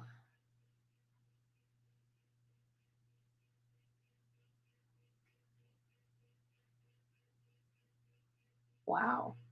Well, I think he needs, if he has it, he needs to be posting it, and that can all just be sent over to law enforcement. And, and that's the thing. I don't know what's going on with the law enforcement aspect. Maybe the reason why they're not paying it any mind is because even though they're not telling us that they have a theory of what happened, I would assume that they already have a theory. A law enforcement would have a theory at this point what they believe happened, and are now in the process of getting all the information necessary to prove that theory. And that may explain a lot. That may explain why, they don't want people searching. It's because there's no point. They've got it. It might be a number of things. So we're just sitting here, but because it's slowed down so much, when I say slowed down so much, I mean by, they're not, even though they processed over 2,000 leads, that the leads are slowing down, that they're probably starting, I would have to assume, which we know assuming kind of sucks, because when you assume, it could be completely wrong. But we can assume that even though law enforcement is telling us there's not much information there, I have to believe at this point, this stage in the game, they have a lot more information than they did when they started. Because at this point, you got to think they've got phone records, we talked, Don was talking on this behavior panel that we were watching just a little bit ago, that the law enforcement is still, actually, I don't think it was this one. I think it was Cher's video from August. That he said that, they know they're still working because neighbors called him and said that the law enforcement has pinged my phone and reached out to me to find out why I was in the area. So they were working back there. And I think that, again, was August 7th or August 8th interview that Cher had with not Ronnie Lawson, Don Wells. So... oh, yeah. So let's get the likes up, folks. Let's get the likes up. Almost 400 people in here. And by the way, thanks, guys, for coming in and spending your morning with me while we have this discussion. But coming back to Jodie Sue, I think the issue I have is, why are people still listening? She has no relevant information. Law enforcement, specifically Ronnie Lawson, said that, those screams were unfounded. And I think it's because they did the social media. They probably already had her text messages between her and Andy, and realized, just like we realized very quickly, that, she was not awake at the time that these screams happened. She was actually sound asleep, and a noise woke her up. And that's what she stated in text messages on June 15th. It wasn't until November that this sound that woke her up became an animalistic scream. And then on the 15th, it became an animalistic scream. So it just seems to me that I just don't understand why anybody listens to her about this case. She has not had any valid or any information whatsoever that has come back as true or beneficial in this case. It just seems like she was a neighbor, that this happened across the street. And other than that, she's got no part of it. Did she help search for that baby? Yeah, she helped search for that baby. But that doesn't mean that she has any information or evidence or tips or leads that will help determine what happened to that baby. It just doesn't exist. And no matter how many times she tries to make it exist for audience purposes, it just doesn't exist. And it's sad because her own sheriff has debunked her statement. Her own sheriff says it was unfounded. They exhausted that. That means they looked into it. I don't see Ronnie Lawson coming on and talking about this scream as being unfounded if he truly believes she heard it. I don't see him lying. He's the one that basically told us that she wasn't being truthful. We just didn't hear it because they use words like unfounded instead of she lied through her teeth. And I keep hearing about, Jodie Sue. We had this person that wrote me this, one of many emails that I've received, writing about how Jodie Sue has cancer and I should be ashamed of myself for picking on her. It's like, I'm not picking on her. She's part of a case that I'm covering. She's part of a case that I'm covering. And all I did was read her emails and have an open discussion about why she would be, embellishing what truly happened that day. She opened herself up to that, right? It's not, I wasn't rude to her. I'm not constantly bashing her. I'm not constantly trying to humiliate her. I'm not even humiliating her today. I just want to know why people are still paying attention to her when they know she has no information relevant to Summer outside of her being the neighbor of Summer Wells. None. And then I find it awful suspect that she would have a Cash App or a GoFundMe for cancer, but every single time we see her online, she's smoking a cigarette. Like, I'm not going to pay you to go buy more cigarettes so you can put yourself in the grave faster. You're telling me this is for your medical bills, but if you stop smoking, you might be able to afford your medical bills a little bit easier. I went to the Jewel. I've got patches. I don't want to smoke anymore. I want to live. And she's got cancer. I do not. Why in the world would she not do everything she can to save her own life before she asks for help? The first thing I would like to see is her stop smoking.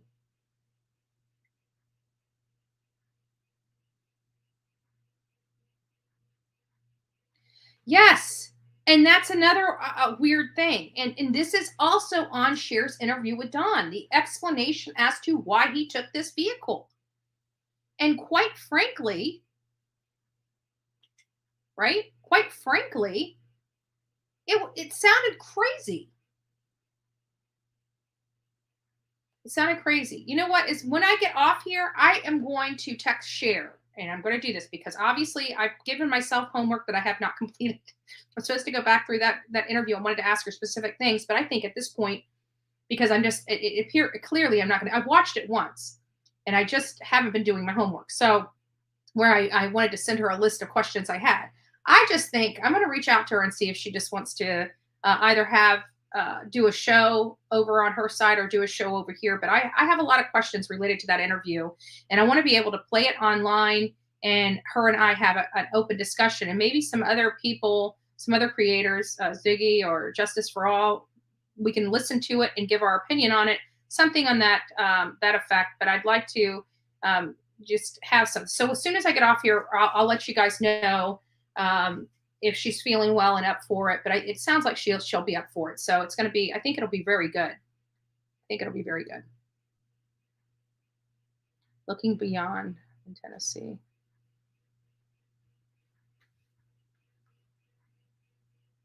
That Andrew Mull, I don't know why I keep forgetting his name. Aaron Mull. keep forgetting his name. Aaron Mall. He did this, and he actually has, he does the whole thing with the cameras, the Google Earth stuff, and everything like that. And he was actually, let me see if I can do it, because maybe that'll help. Because he was doing this Google Earth and going over that area, and Andrew Bernard's mother, when you have, he pointed it out, when you have it on the street view, when you're down on the street, you see only one red truck. But when the aerial shot from above down, you actually see two. And it's really interesting about that. It really is. Is there somebody being disrespectful? Guys, yeah, let's make comments respectful. So I think what we need to do for the mods is, I think this might be easier. Just for, kind of the rule. If somebody is being rude or posting a bad comment, if it's a horrible comment, just remove it. Don't time them out. Just remove the comment and give them a warning. If they continue to go with that behavior, time them out. And if they will not stop and are going to just be completely unruly, then go ahead and block them. And if they want to get unblocked, they can reach out to me and we'll have a discussion about, oh, thank you, White Rabbit. You're so sweet. Oh, love bug. I appreciate it.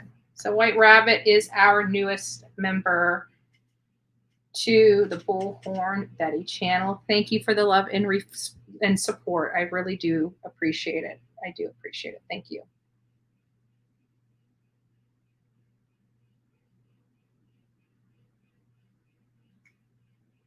Yeah. So, yeah, sweet. We love White Rabbit. White Rabbit's cool people. Nana's video, white truck accident, and watched Aaron Mall for the afternoon timestamp of the LE dispatch call. That's what we need, the timestamp of the LE dispatch call, because Don clearly stated that he was there. So if it was on the 15th, let's say, for example, it was on the 15th and say the call came in at 11 o'clock. If he was there and actually asked the officer if he could take a picture of that, that means he was home on June 15th at 11 or whatever time that was. But he told everybody for so many months that he got up, he had breakfast, and he headed to his job. This would contradict it. He said he never came home. This might actually play right into, remember, Hunter said that the boys went to work with him that day. But the boys were home when they got home with groceries, which would imply that Don had to have come home sometime during that day. And he would have been in his white truck. So I'm interested. I'm just very interested. It's very interesting.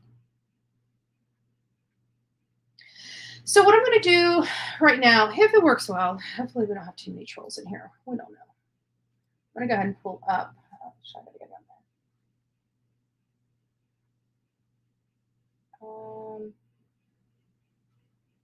This one.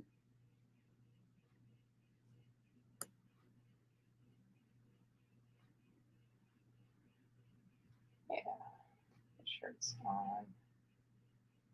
All right, guys. So if you guys want to come in and call in and tell us what your thoughts are on, Jodie Sue, this truck. What else? We discussed a lot today. So let's think about it. What did we discuss? We discussed Jodie Sue. We discussed the white truck. We discussed the timeline. We discussed a lot.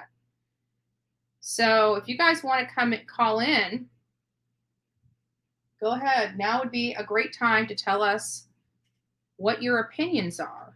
Maybe you have a perspective we haven't looked at.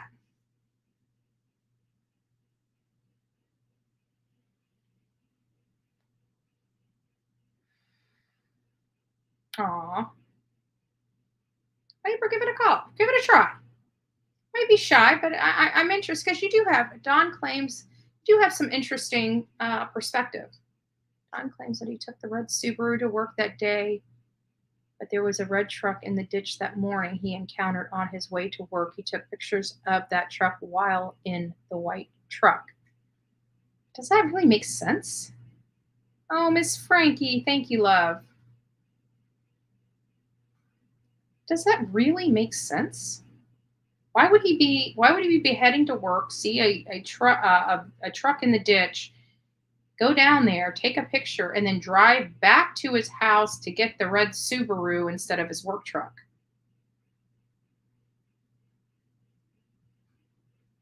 That's just, am I off base on this?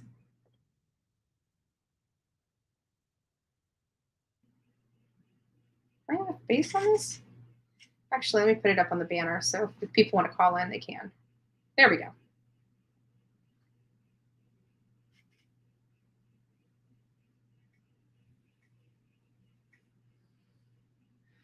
You have new timelines. I'm interested in those too.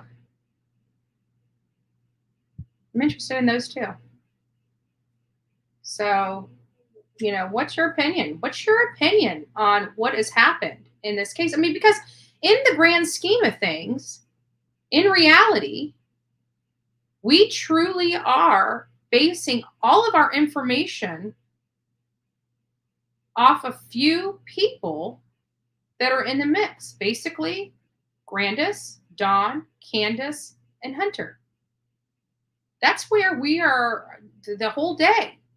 What happened that day, June 15th, from the morning to 6:30 at night when Summer was called in missing, is all based upon information provided by Dawn Wells, Candace Bly, Candace Harrer, and Hunter.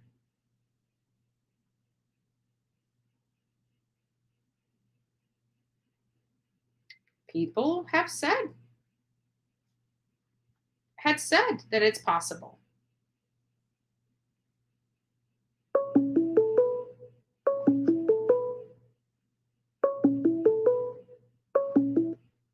Hello, it's Betty.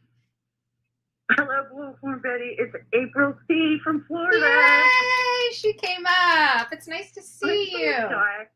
I actually called you the other day. You were my first call-in ever. Oh, thank you. And I had told you that everybody had thought that I was you because we both live in Florida. And I'd been catching a lot of hate saying, go back to your channel, Bullhorn Betty. And I'm like, I'm not Bullhorn Betty. And I was like, who is this person? And so I had to look you up. And then I happened to catch her live and you happened to answer. Yeah. That's I called you the other day, actually. And, yeah, I remember the conversation. Yeah, so I was telling you about Nana's video and how I had seen Nana's video about Dawn recording the accident. Well, I had just watched a video the night before about how Dawn had told someone they're called Mr. and Mrs. Cher.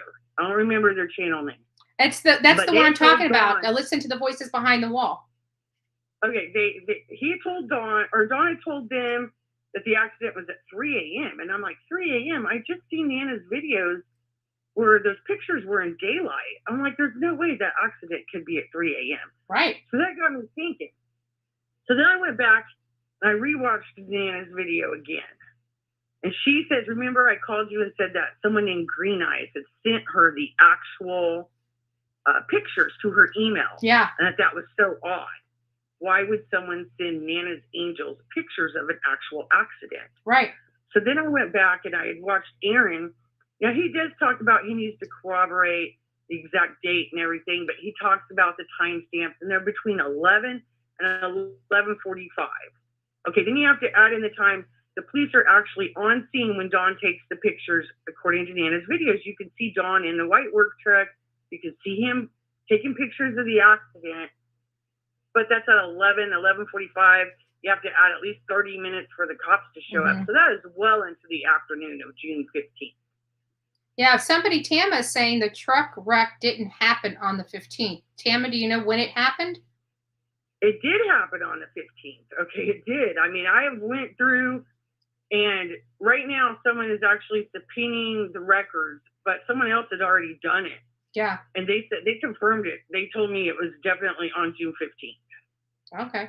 Yeah, and Brittany said it was. They subpoenaed the records. She goes, yeah, Brittany just said it was on the 15th. Promise, LOL.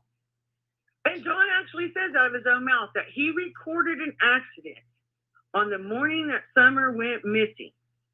If you listen to it, like I said, I don't do well without my notes. I don't do well without being prepared. Mm-hmm. But if you go back, I could go back to my history. He actually says that he recorded an accident on the morning that Summer went missing.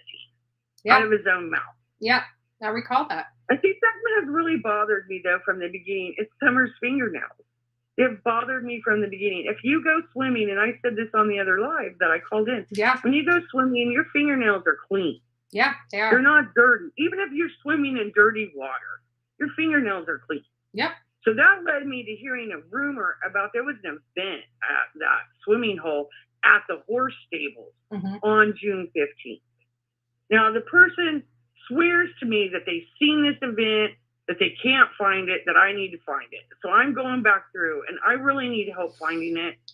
But I honestly think we're going to be discussing that because I think I know exactly what interview it was because that was when I realized that it happened. And then it was kind of odd that when I was on Aaron Mull, he was talking about the same thing. And he had said about the same thing as well.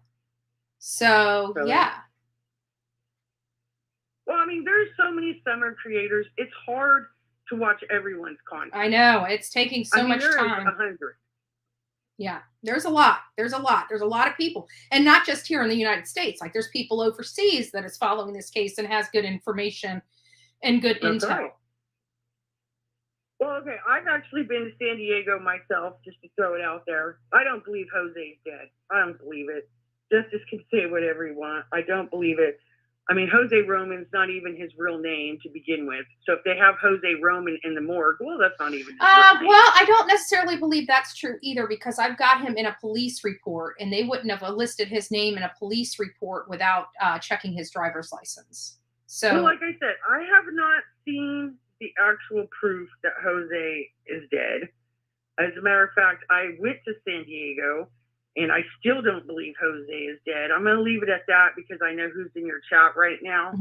And I'll email you that information. But what actually gets me is when I called you and told you, remember I called you and I told you that I've been watching crime in their local area because Allie was in a housing program and she only had 5 years. And she was at the end of her 5 years and she was required to save money to buy a house. Well, she had zero money saved. Yeah. She wasn't working her 30 hours a week. And she had failed multiple housing inspections. Okay, so I started watching crime in their local area when Hunter got out because I knew they needed money now more than ever. And so I started watching crime in their area, and I told you that through Hunter's original Facebook friends list, which I actually have, I was able to find his friend within the first week that he was out that had robbed a bank, that had shot out with police, and that I was continuing to watch crime. And then I told you I was looking for Hunter or his friends when I found the double murder in Kingsport of the 7-year-old and the grandmother that had been shot to death. And on the mother's Facebook friends list, the mother, you find Jose Roman. Okay, that's not a coincidence. Okay, there's dead children and we're seeing Jose's name. This is not a coincidence. Now, I emailed all this information to Justice. Okay, first I had emailed him with, okay, you're wrong about Jose. He does have a criminal record. Well, no, I just told him in chat about that. I didn't email him about that. I told him twice. Twice he told me I was wrong. Well, then Jose admits, oh, yeah, I was in Rikers. And then he just takes it down. And I'm like, well, I tried to tell him, but he didn't listen. Okay. So then it goes on where when I found out that Jose was actually on the murdered mother's Facebook friends list, I reached out to Justice. I mean, I felt like this was information that he needed to know. And I emailed him, and I can go into my emails. I mean, it's weeks and weeks ago. And he sits on the information, doesn't share it, doesn't say anything about it. And then him and ICU started attacking me in all these chat rooms and stuff. And I'm like, why? So I don't know if I'm truly being attacked for Jose, or I don't know if I'm truly being attacked because they think I'm you. Oh, no, think people, that you have a I usually go in chat rooms under my own name when I'm there. That's why people use my name and my photo for chats, because that's how I go into chat rooms. But I only have one name. I only have one email. I've had 3 phone numbers my entire life. 3 phone numbers my entire life. You don't have 3 phone numbers your entire life by running from your problem. Yeah. Okay? You just don't. That's not the way it works. I've had 3 phone numbers my entire life. So, I mean, I've had this email since 2014. I mean, I did not want to give out my email address. Right. So I did it anyway. It has my name, my email. Then, all of a sudden, I'm threatened to be doxxed. And I was telling you, I was like, when do commenters be threatened to be doxxed by creators? When does that happen? Yeah. Why go so hard after someone that just has simple information? It's not like I'm sharing all these huge conspiracy theories. Yes, I believe she was sold for a snuff film, but the things I talk about are like condensation on milk, or the finger placement where the video and the picture are not the same, and you can tell because of the fingers. And I told you I spent a lot of money on an expensive software program to where if I'd have just paid attention to the 3 fingers, I wouldn't have had to. Right. You know? I mean, or on me, you know, I mean, if I'd have just paid attention to those fingers. But I do have a lot of software, and I've had to upgrade absolutely everything just to follow this case. Yeah. I mean, I'm not in this for money. I don't have a channel. A matter of fact, you know, I just used to chat in Dolly's chat room all the time when I couldn't sleep.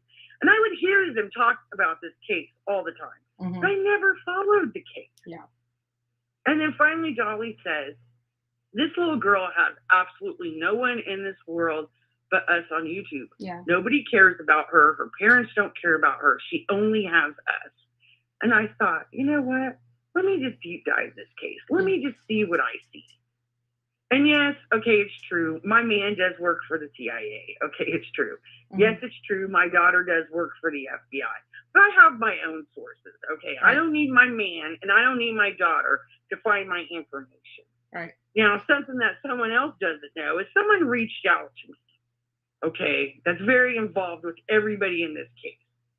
I had hurt myself in an accident. I had wrecked my trail bike, and I was in the hospital for a week.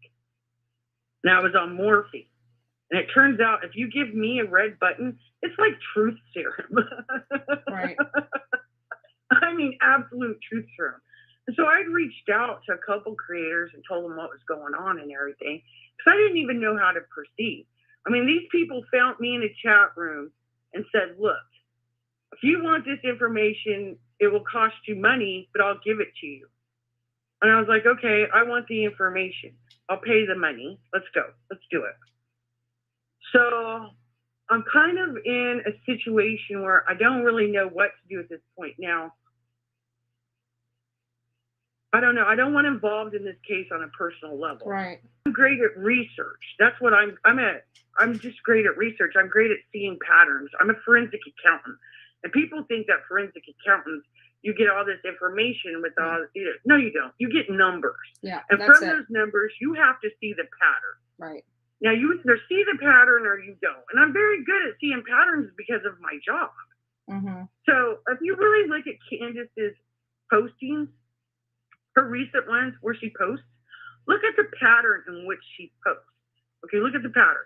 If you go back and look, every single text message from Hunter, like the 4th, and all the days she sees Hunter, she posts pictures of the kids the day after she sees Hunter.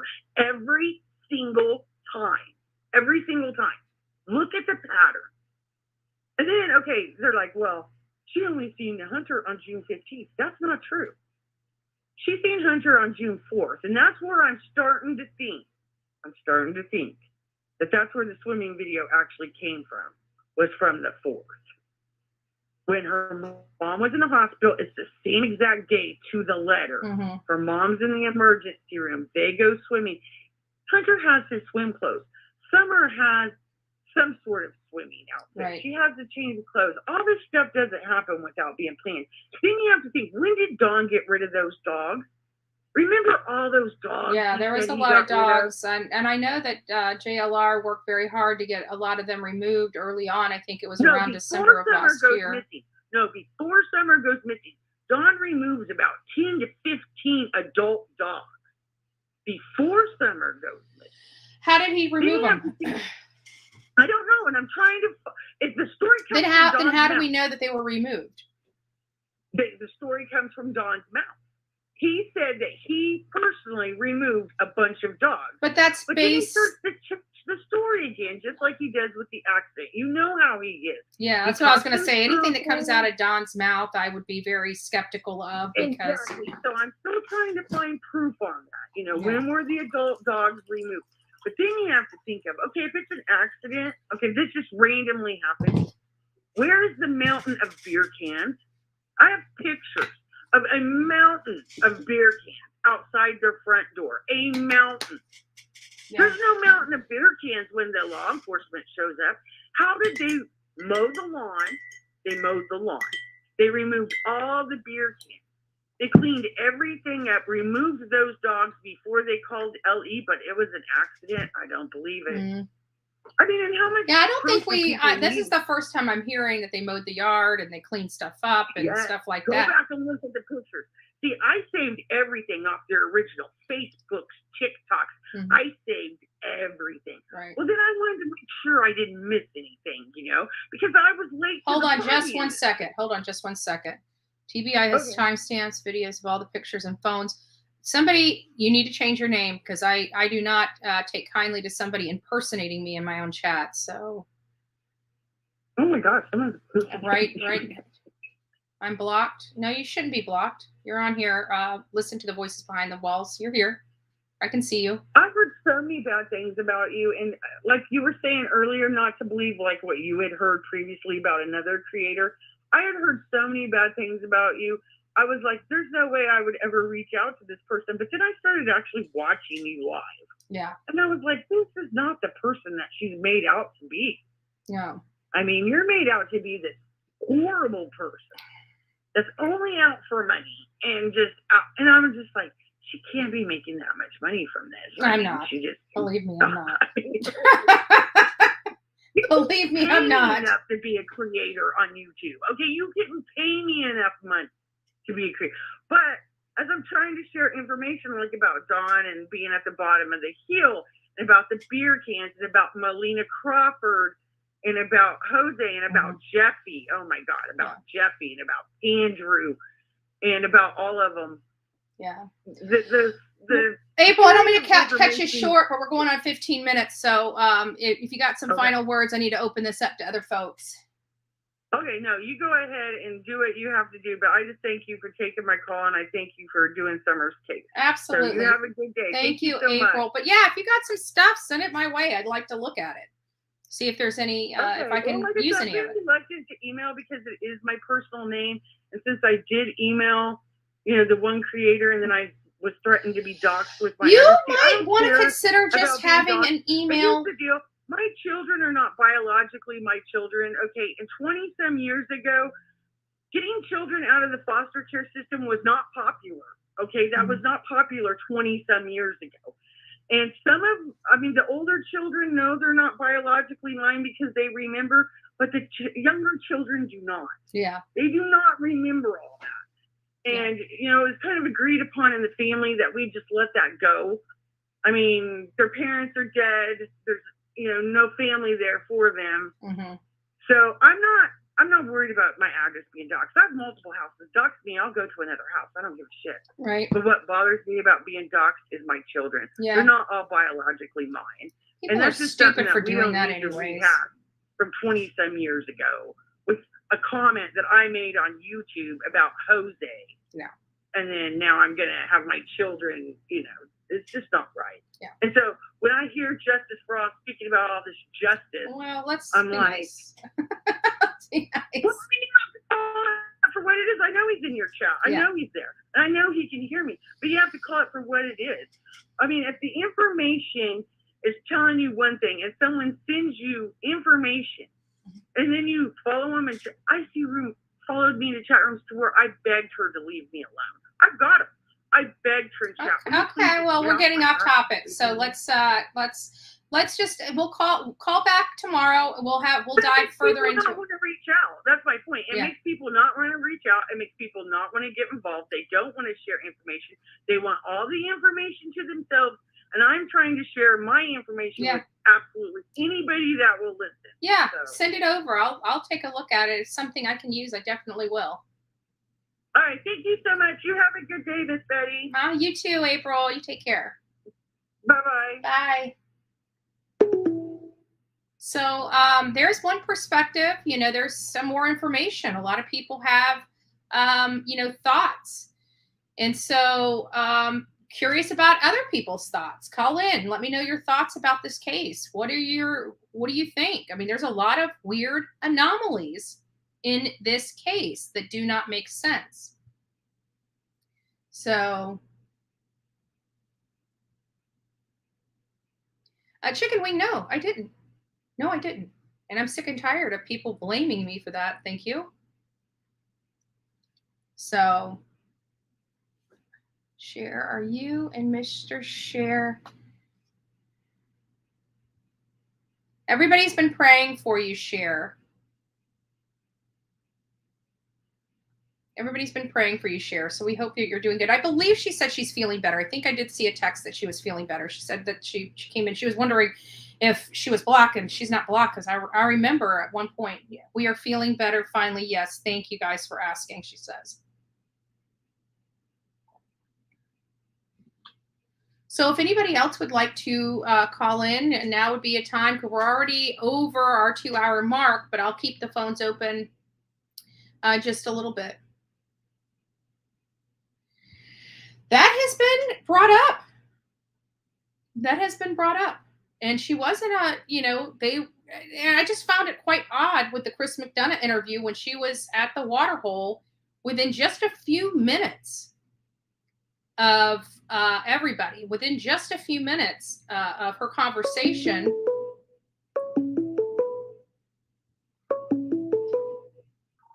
This is Betty.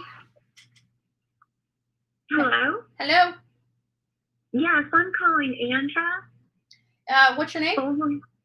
My name is Lori. I go by Lori Lolo on YouTube, and I just love her to death, and I just wanted to tell her how great I think she is. I just think she's got the kindest heart and soul, and I just love her to death, and I just want to thank her for everything. Well, you're talking to her. Pardon? You're online. You're talking to her. Oh, good. Hi, Andra. Hello.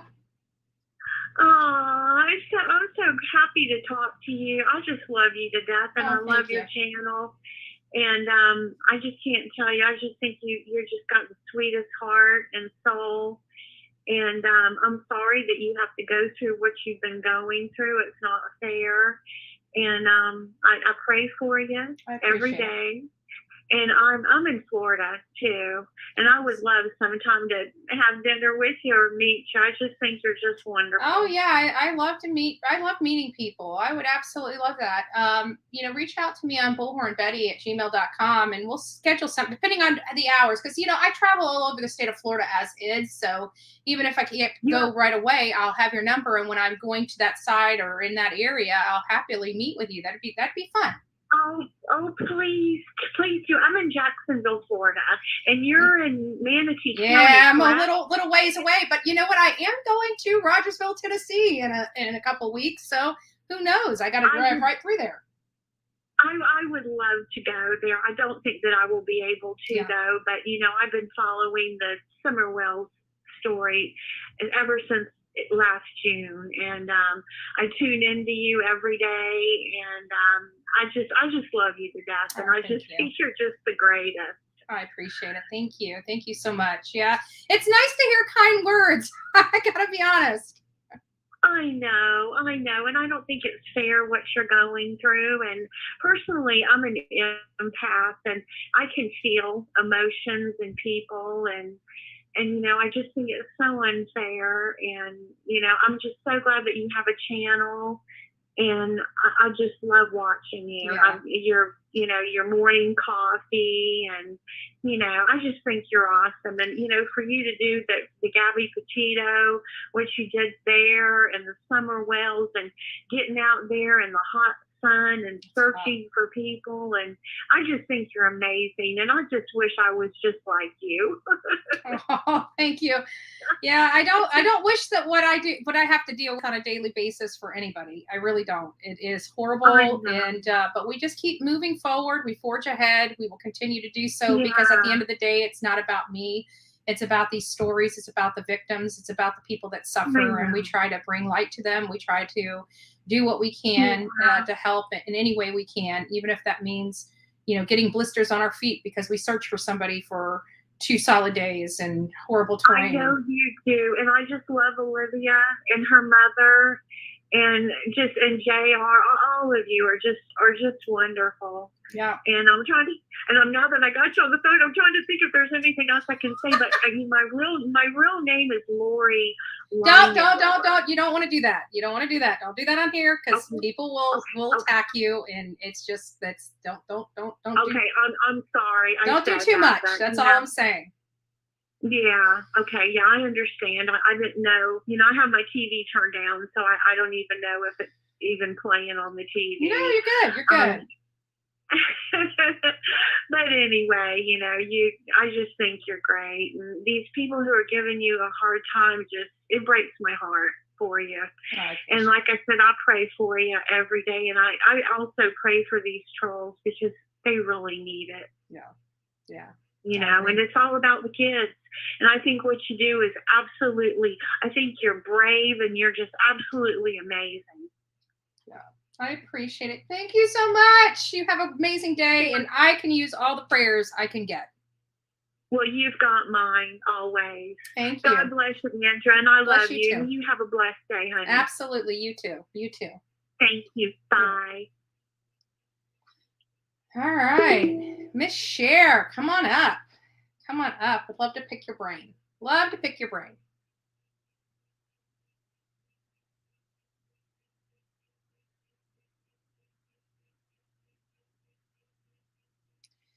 At the stables, no. Dream Big, no. We didn't see any. We were looking. We looked for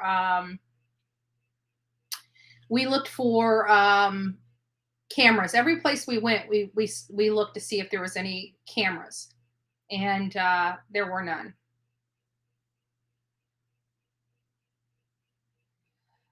We haven't collected any funds at all. I personally have not collected any funds at all for the vigil. There were some people that donated funds to purchase things, like Miss Cher donated.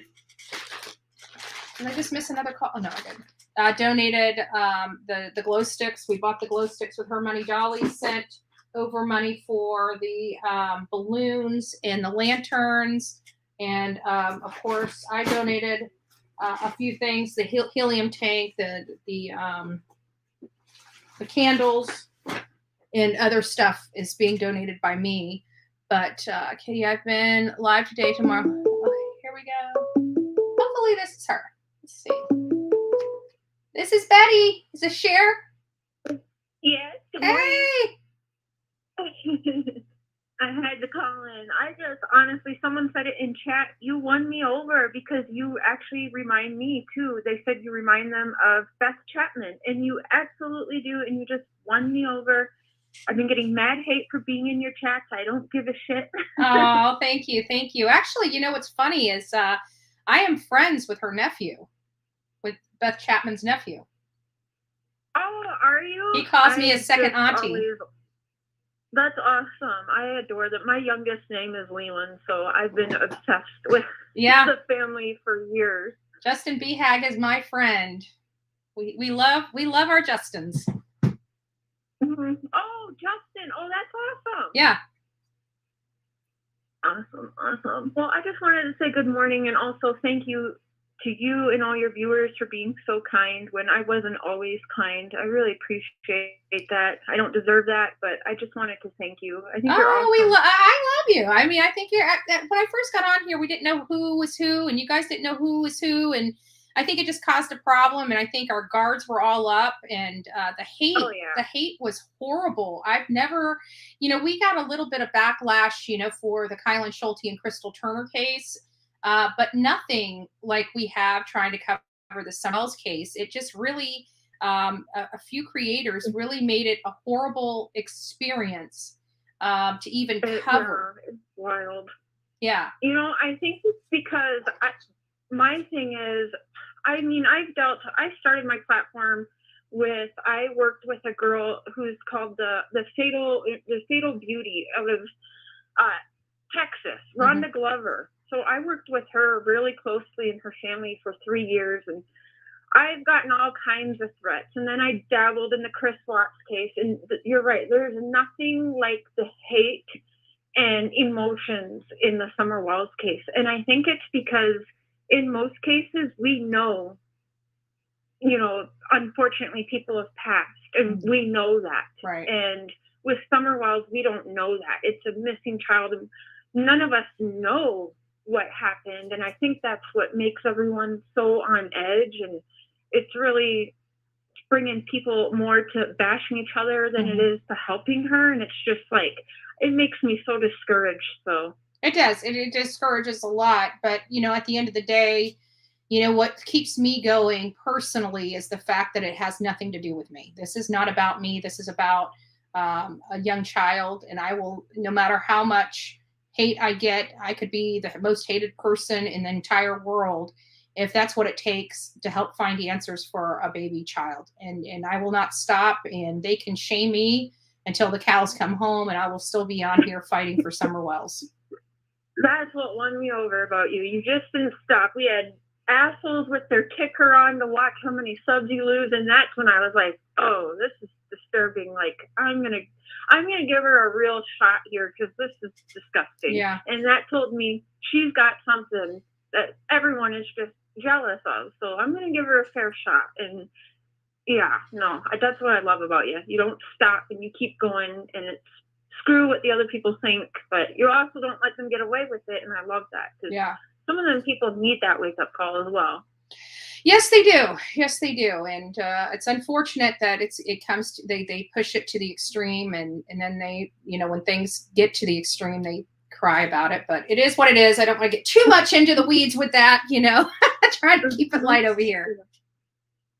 Well, I just wanted to say good morning. I think you're doing great. And while I have you on the phone, we've been talking about, possibly doing a little thing, because there was an interview you did. And I think, I don't know if I told you this in the email or not, but I think the way you handled it, I know maybe your ideas and position might have changed. It sounds like it's changed a little bit, but that interview was an amazing interview because, and what I liked the most about it is that you were able to ask tough hitting questions to Don, but you did it in such a nice way. He over explained. And I love that because it caught him into, now hindsight's 2020.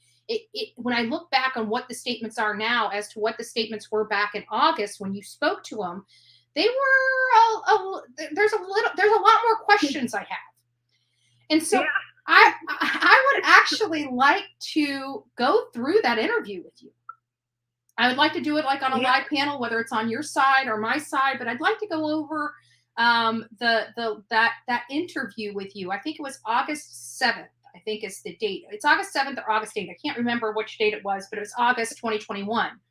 And I would like to go over that with you because he said a lot of stuff I had not heard before and have not heard since.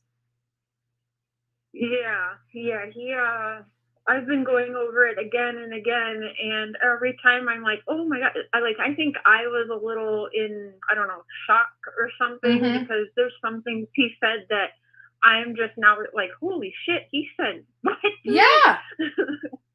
Yeah. And so I think it'll be good. I will get a hold of you. I'm going to save your number now. I didn't save it. I know you sent it to me, but I'm going to save it now. And I'll text you after this live, and maybe we can work on something, because I really think that interview, when I look at it, And I saw it. My mouth was open. It's like, oh my gosh, she got him to say this. She got him to say that. He explained this. That doesn't make sense, but he still explained it. We got him on the record out of his voice saying this happened. And I think it needs to be explored. I think you got some good stuff. I mean, you had good stuff then, but I didn't watch it. And Yeah, that's how it goes, right? Yeah. You all get on edge, and then you're like, oh, well, we're not going to give that person a view. Yeah.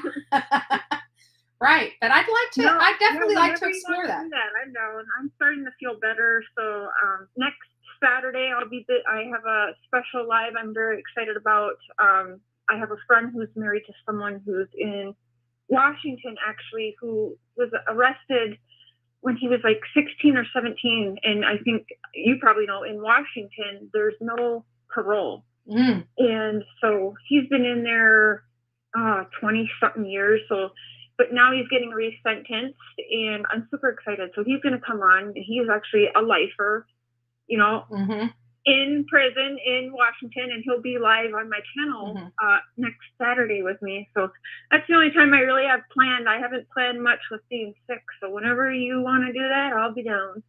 Great. And give me the link whenever you get that set up for Saturday, and I'll share it so people will have an opportunity to go over there and watch it from, just help you with that, just get you. Oh, awesome. Thank you. We'll get that posted in the chat and what we can do to help, because that does sound interesting. And I'd like to be reminded, so I go over there and watch it as well.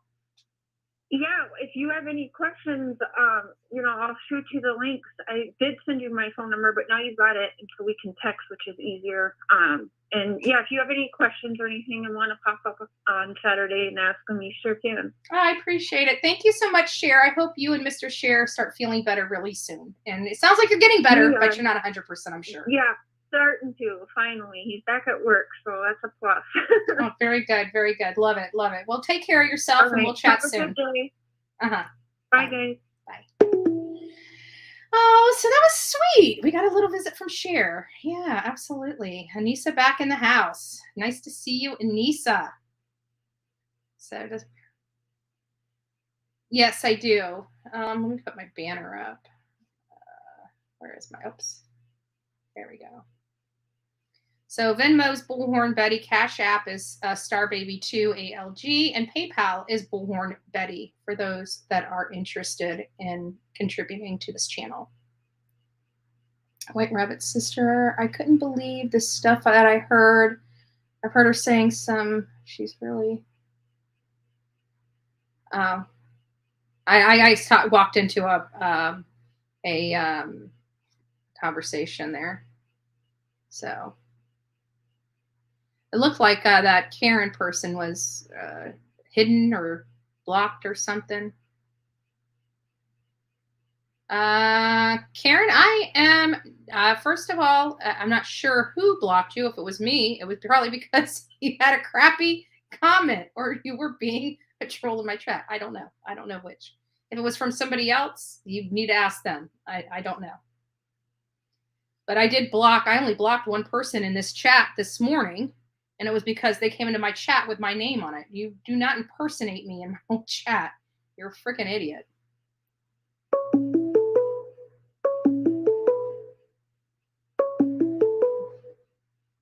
This is Betty. How can I help you? Hello? Hello? Yes. Hi. Hi. Oh, gee. I guess. Wait. Hold on. I'll turn. Yeah, it's giving me some feedback.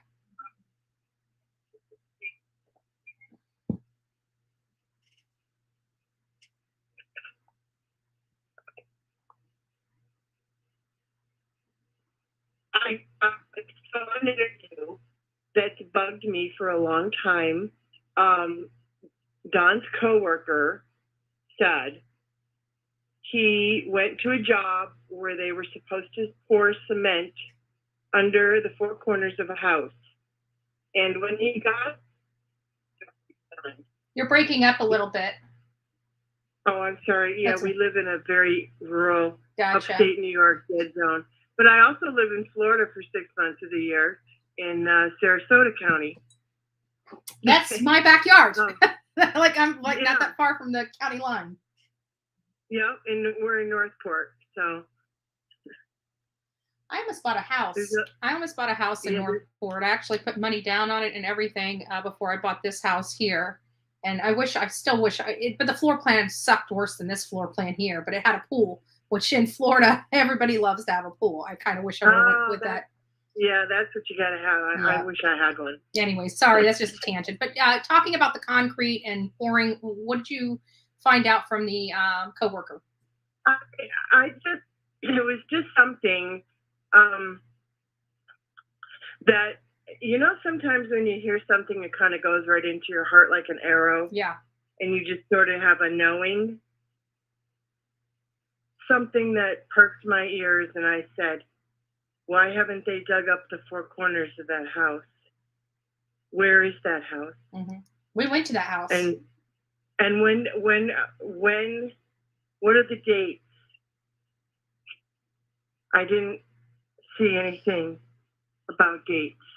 Yeah, well, we actually had Dudley show us the last two houses they were working on because he got fired on the 14th. She went missing on the 15th. And so he took us to there were houses right next to each other that Don was responsible for working on. And the thing is he did actually, Dudley himself actually said that there was a house that didn't have the footers poured. I remember him specifically telling us that the footer had not been poured yet. Yeah, me too, because it just tells me that I think summer is buried there. It is possible. And I think people brought that up at the beginning of this case, and it's still, we're all still speculating about that because our worry box has not been closed on that. Well, I just have to say that it's the only one that's stuck in my mind. And I don't claim to be psychic or anything, but believe me, I've had my experiences from a young child. So there's that. Mm-hmm. Yeah. And Miss Robbins says it's complicated to tear up a house, but they should look into pooling sonar. Yeah, they have that ground penetrating sonar that has helped in many cases in the past where they were able to get, see the pockets up under the ground. Good idea. Then they don't have to dig it up. Yeah, they can check and see if it's there. But you really think it would work with such a small little body? Mm-hmm. I mean, who knows?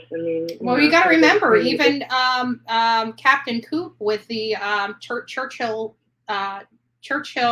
Rescue Squad said, we're looking for somebody the size of that's so small that they could be the size of a legal size piece of paper, are be folded up like the size of a laptop or something to that effect.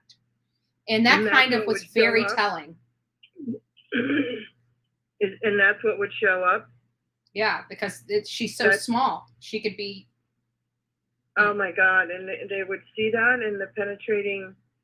Yeah, maybe. I don't know. I've only watched this ground penetrating sonar in a few cases on TV. So I'm not really familiar, but they were able to say, when I saw how it was done, it's this machine that has like a handle on it. It almost looks like, it's not like a lawnmower, but you have the handle on it and it's got like wheels on it and you roll it over the ground. And when the images come back up, you really can't tell what's there. But what you see is this pocket of almost emptiness.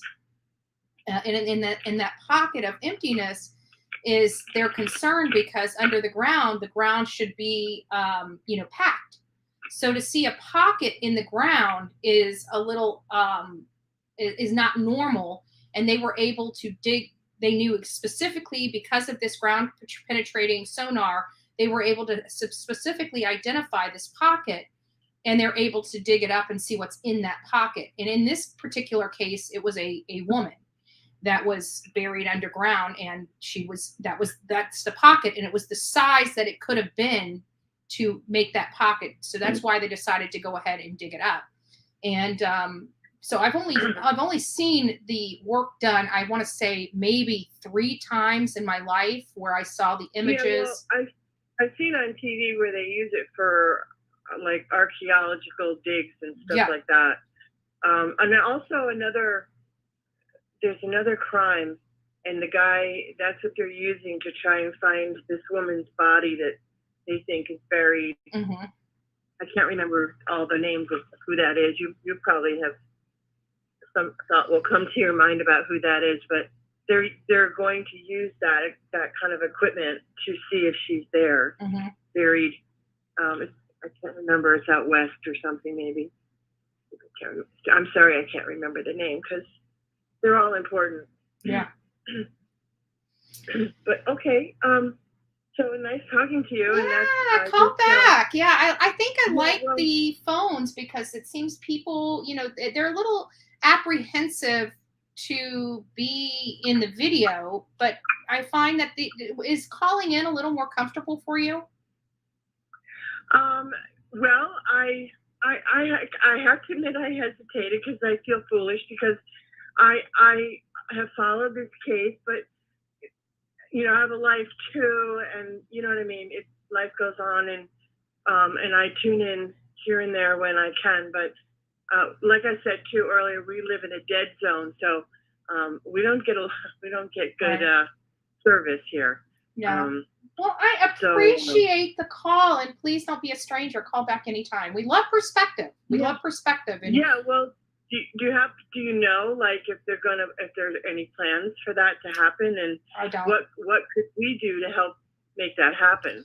Well, this is the problem, because when I met with law enforcement at Hawkins County Sheriff, they're very apprehensive about providing what they search, how they searched, and where they've searched. And I don't know. I know that there's a reason why they're withholding that information, but I don't know. And I don't think they're going to tell us that they've got the... They're building a case, and that's why it's taking so long. Yeah. Some things just happen that way, and but I'm sure she'll be found soon. I hope so. I do too. She doesn't deserve, no matter where she's at, she doesn't deserve to be where she's at. She deserves, some people still believe she's alive, and even if she's still alive, she deserves to be found safely. But if she is not, she deserves to be put to rest. Absolutely. Properly. Justice, regardless of all the rest. And I can tell you, if the news comes, I'm gonna be crying when they find her. Oh yeah, sure. It's going. I think I will probably take a few days off, because like right now, just talking about it, I got goosebumps all over my legs and my arms, and it's gonna break a lot of people's hearts. That's supposed to when that happens to you, that's a visceral reaction, and that's your soul telling you something. Yeah. Pay attention to that, because that's what that's all about. Yeah, but I think this is going to be. So I know it sounds a little wacky, but it's the truth. Oh, I believe it. I know. I believe it. But what's going to be so sad is that when this does come to an end, I think a lot of us are just going to be completely heartbroken, because some of us already feel, but it never prepares you for the finality of it. It just doesn't prepare you for that. And I think no matter how I try to embrace myself for the news when it does come out, I don't think I'm going to be able to. It's just.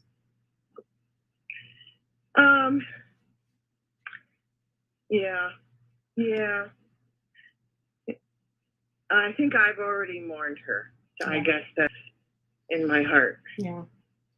I keep thinking I have, but because there's still always, even though I try to come out here and try to be realistic, and I tell people that what my thoughts are. I do believe she's gone. I still just still have that hope in the back of my brain that she will truly be found alive. And it's just like every single day that passes, and we get no more information and no more news, and nobody's seen her. It's just it's almost like it's every day we wake up to the reality that she may never be found, or if she is found, it's going to be a grave situation.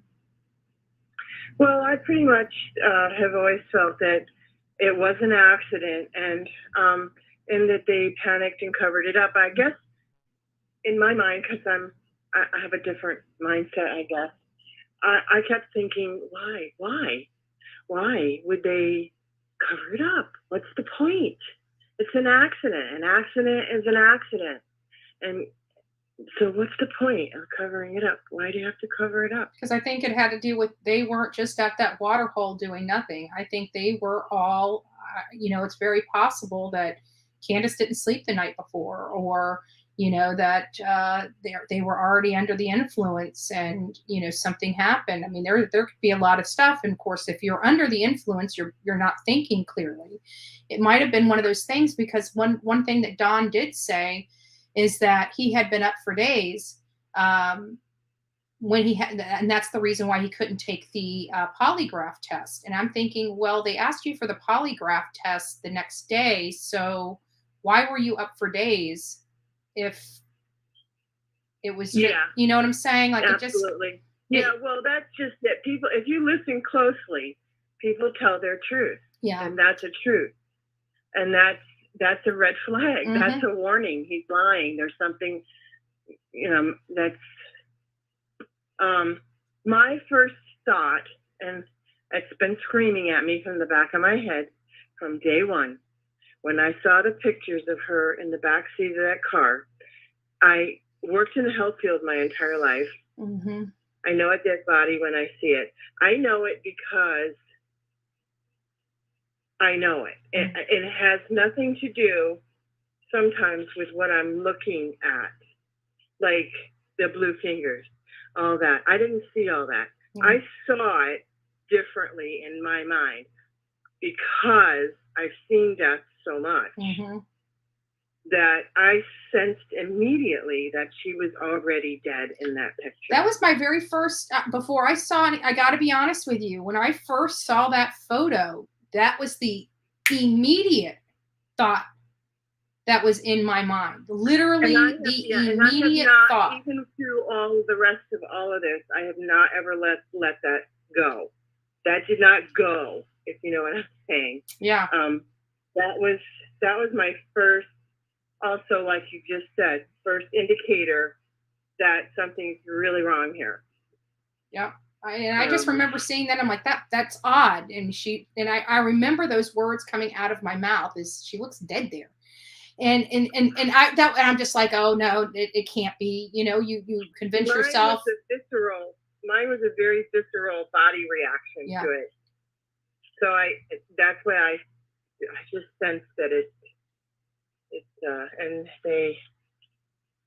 I don't know about all the rest of it, but I just some things you can't let go. And mm-hmm. I think they're the biggest red flags, and they're the biggest truth tellers that you have as your big red flags that you can't let go of. Yeah.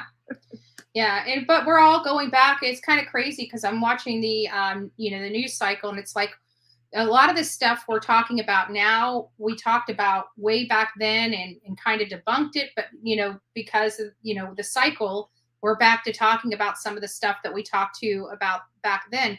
But I still am interested in the sonar because that's new. We haven't had any information. We know that they had a lot of resources and stuff down there, but I really do believe that ground penetrating sonar would definitely be something worth looking into if they haven't already. I believe with the FBI being involved, I believe with TBI being involved, I believe them getting this information, that they've talked to all these different people, that they may have already done that, but we just don't know about it. Well, it was kind of a fluke because although I was following the case, I wasn't following all of you guys. Mm-hmm. A lot of the initial stuff is all I watched, and mm-hmm. then so I just that was a fluke that I got to watch that interview with his coworker. And when he said that, the hairs on the back of my neck stood up, mm-hmm. and I said, "That's where somewhere is. I know it. I just know it. All I just feel that." Yeah. And so if they can rectify, if they can answer that question for me, I sure would. Yeah, I think feel like justice has been served. let's put a little money into something like that instead of running around the swamps of Florida I won't go there. Okay. Well, I appreciate you calling. Well, Don't forget the number. We'll post it. I like opening this panel. I've seen some other creators do it, and they had a lot of more participation in the videos. So I think it just gives people a little bit more of a comfort level being on the phone, because I don't show the phone. I don't show your phone number. You guys are kind of, it's nice. It's nice. So I want you to call back, and we're gonna. I left the room and didn't even watch the TV because that would have confused my brain. Maybe, I don't know. Right. So, and I also had to get to another room where I had better reception. So yeah, well, we appreciate it. Thank you so much, and we hope to hear from you in the future.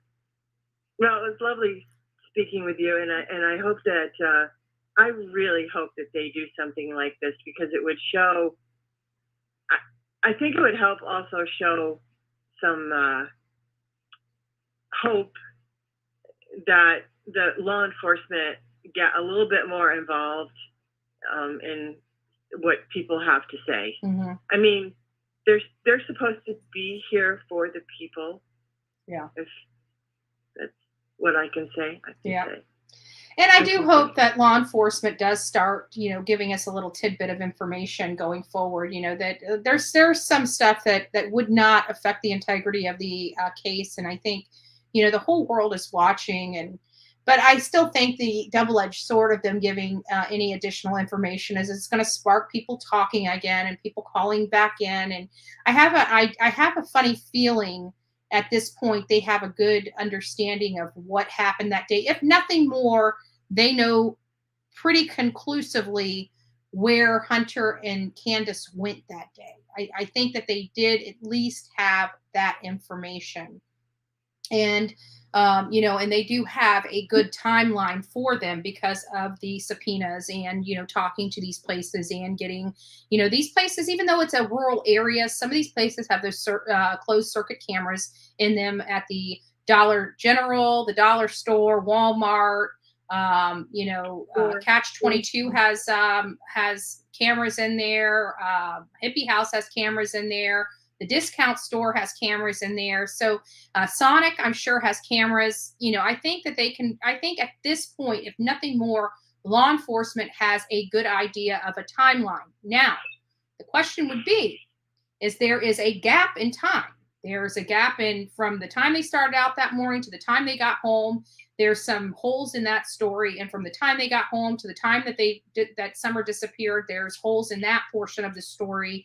And I think that that's what they've been really working on to try to close up. And I think once they have all the pieces of the puzzle together and they have that one last little, I feel like even if they can't find Summer, if they just have one or two pieces of information, this case is done. I really do believe that. I believe that.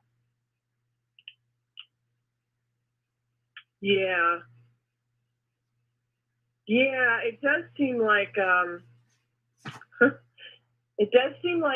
people may get away with whatever they did. Yeah. I hope not. I don't think they will. I think this case is big enough. Like even if let's throw this out there. Even if there was some kind of corruption going on in Hawkins County, let's throw that out there. That there was, that Don Wells was this big time guy that just schmoozed everybody there, and everybody's looking right when he's looking left, type of scenario. I think with the FBI and TBI involved, that's the check and balance. I think everything that they're dealing with and all the alphabet soups that are involved with this case, I think that they're having some issues with it, obviously, but I think more so than not, they're at least they have the checks and balances there, because the FBI doesn't care who Don Wells is. The TBI doesn't care who Don Wells is. They care about this child. At the end of the day, that's who they care about. Even if the whole entire county of Hawkins County was completely, utterly corrupt, it wouldn't matter at this stage or this case. I don't think anybody's doing anything nefarious to help Don Wells. I just don't believe that. No, I don't think so. No, I think they have his number, and that's been pretty obvious from his own mouth. he does tell his truth. They do come out of his mouth. So Candace is the one I think you have to watch out for because she's quiet, sneaky. Yes. And we know the stories about women that are too quiet. Yeah, don't we? Never a good thing. All right, love. Well, it's nice for you calling in. We appreciate it. You're welcome. Thank you so much for listening to me. Oh, absolutely. Bye-bye. Anytime. Bye. All right, folks. So we've got about 10 more minutes. I've got enough time. Well, actually, we're over the time by about 50 minutes, but that's okay. Might as well round it up to 3 hours, right? So if anybody else would like to call in and talk about their perspective, we've got about 10 more minutes to fill up. Otherwise, you guys get to hear me yap.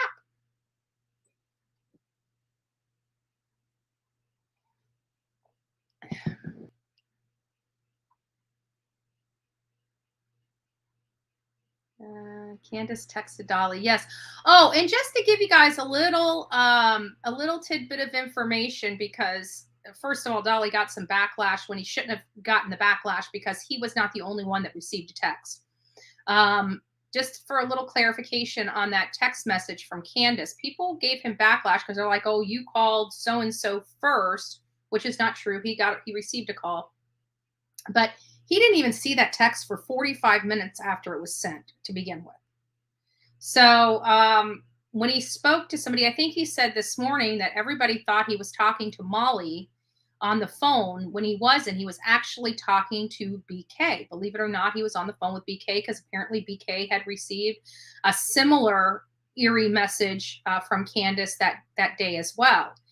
And so he was on, and it was Benny that told him that he had already notified law enforcement. So I know there's a lot of lies going around about that text message and about that call, but I also wanted to clear that up that one, first of all, Dolly didn't even see the message for 45 minutes. And BT was the one he was on the phone with, not Molly. And BT had already called in the concern to law enforcement at that time. So we just wanted to make sure that the record is straight on that.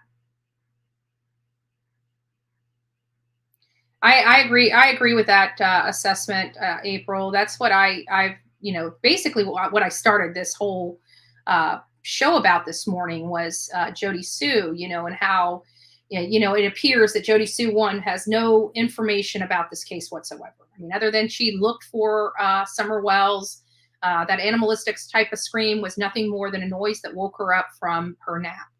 And so she really doesn't have any value to this case for information, for leads, for anything. And the information that she has provided, Ronnie Lawson, the sheriff of Hawkins County, has already come out and said that they were unfounded.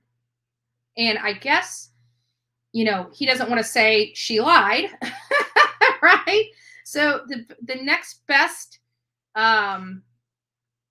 word to use would be unfounded. And so that's what they did. And then she's talking about, I keep wondering, why would she bring Andrew or go up there and say all this stuff about Andrew?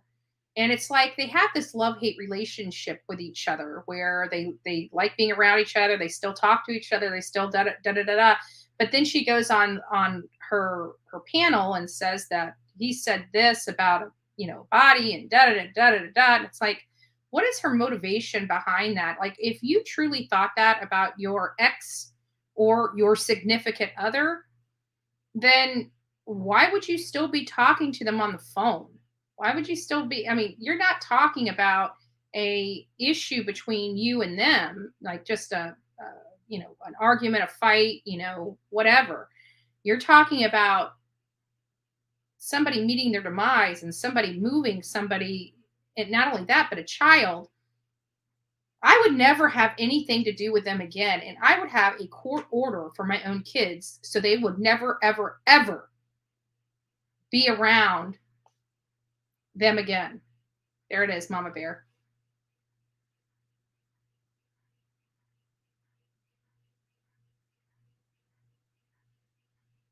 Yeah. I agree with you, Farm Girl. I don't know if that's what she's using the money for. I mean, we can assume that that's what she's using the money for, but I can tell you that there's some weird stuff.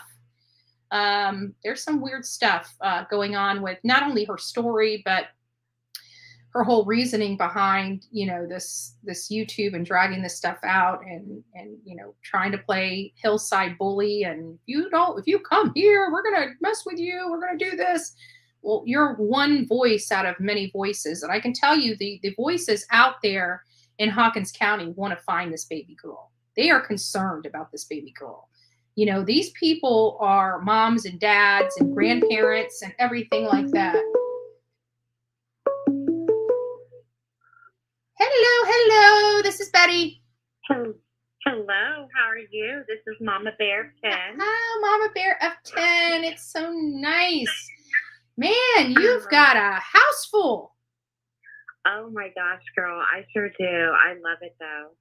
Awesome. I mean, I'm almost 50, as everybody keeps pointing out. So I'm a little bit tired, but you know what? These 6 adoptions, knowing that they're safe and loved and taken care of is worth it all. And you're on the backside of what parents like Don and Candace, like you're the people that they take kids out of homes. They're kids too, right? Yeah. Tell us, I'm just interested. I know you're probably going to talk about something else, but tell us the condition some of these kids come to you in. Oh my goodness. Well, our 6 are all special needs. So when we started this process, we said that we didn't want, nothing against, not being picky, so please, nobody judge me. Right. We didn't want typical functioning children because everybody wants the, quote, normal children. Right. And we said we didn't want that. We want the children that they can't find a home for. Because if not, they grow up in shelters and then they go to some type of facility and they have no family, Christmas, whatever. And so all of our kids are special needs.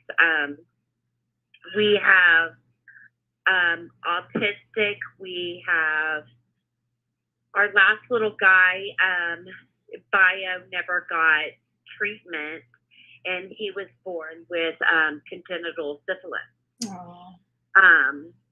And he had it so severe that, first of all, he's very strong because he had it so severe for him to even make it into the world.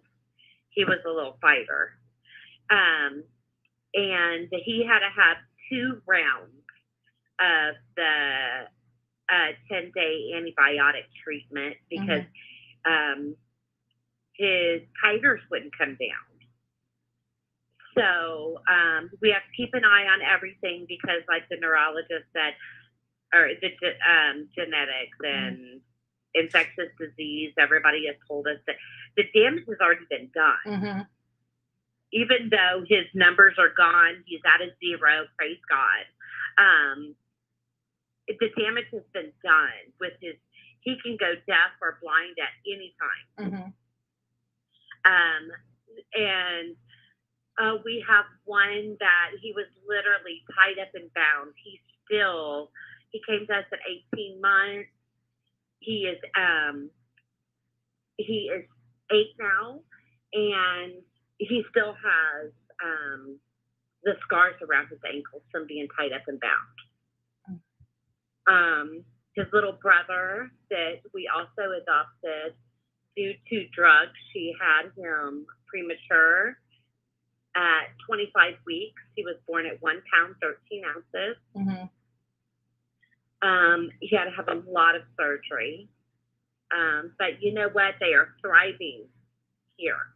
Like we have an in-ground pool, and if these children could live and camp out in the pool 24/7, that's exactly what they would be. Yeah. But we've had taken babies. I mean, a lot of children we took because they couldn't find a home for, but we knew we were not going to be the adopted forever home. Right. And so we looked into like our foster friends that, you know, we knew would be a good fit. So he actually went to one of our friends, and he has cerebral palsy. Like, this baby was just beat, shaken and beat, horrible. But you know what? He's in a great, loving home. He just graduated kindergarten. So we get, oh my goodness, we get so many. Most of my babies were drug exposed in utero. Mm-hmm.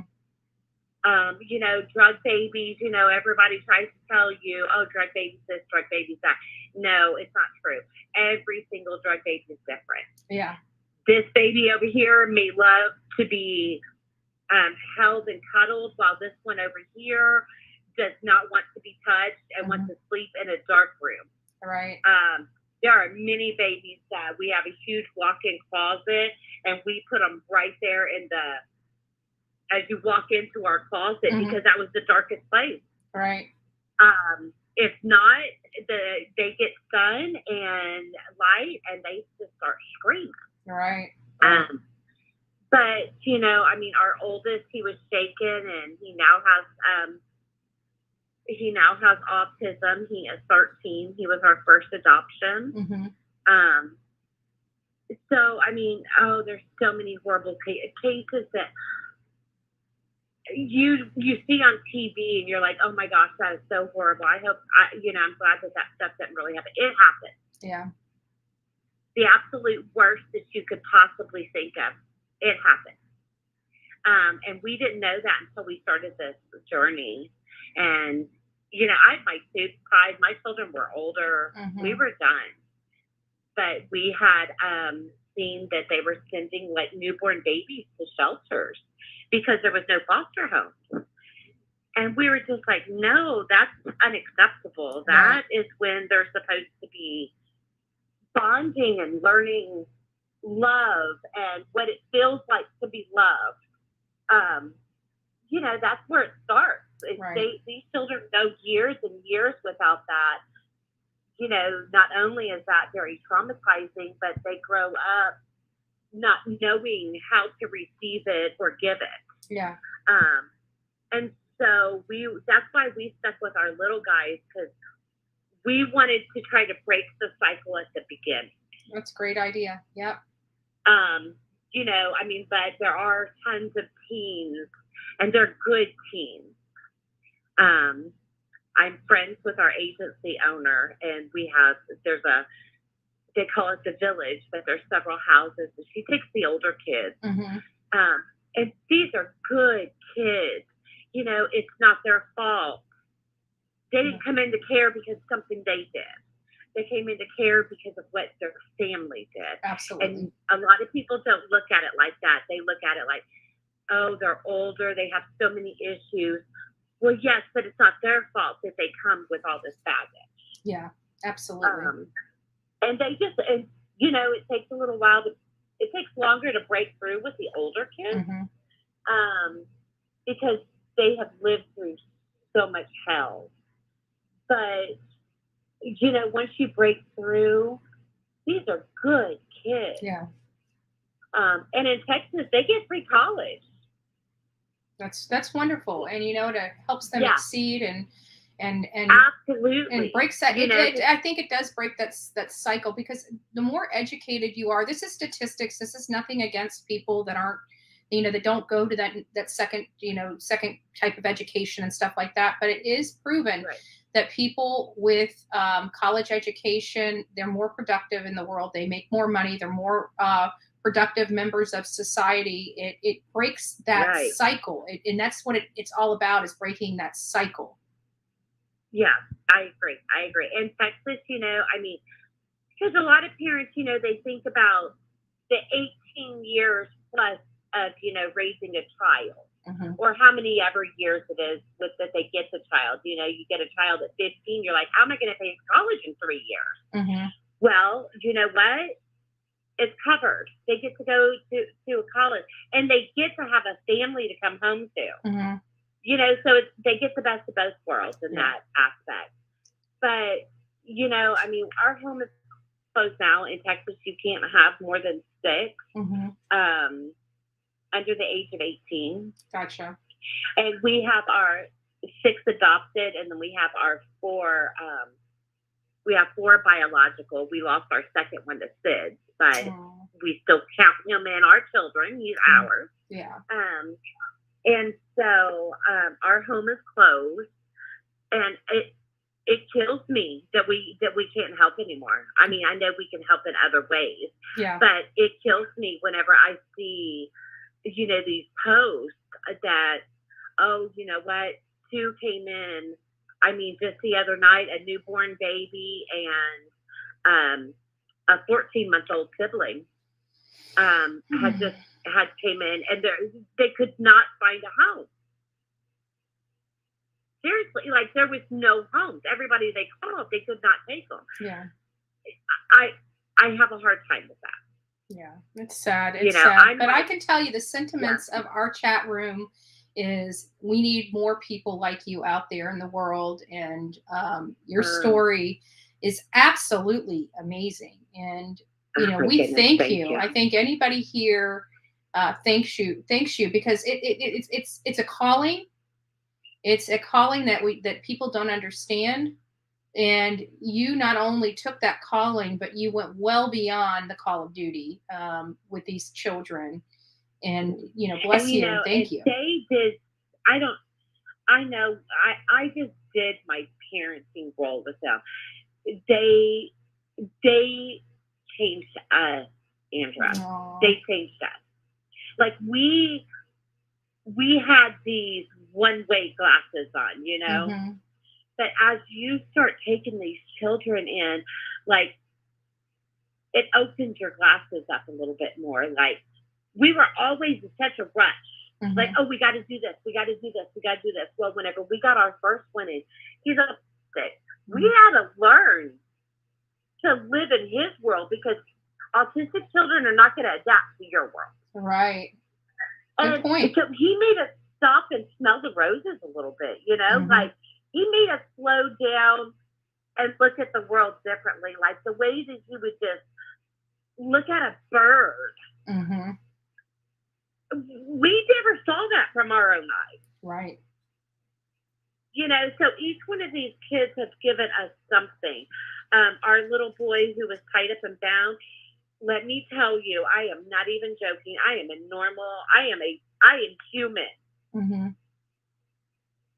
My patience get thin. Oh, I can imagine. People have 3 kids in here. They can't imagine 6. So, and you got 10. Well, this little boy that came to us at 18 months, he taught me patience. Yeah. He seriously taught me patience because had he not, I would be the one that lost their children. Right. But he taught me patience because he was so difficult. Like we couldn't touch him, Andra. Mm-hmm. We could not touch him, and he only wanted to sit in the high chair all day long. I think because you know it has that tray around it, like that was his safe space.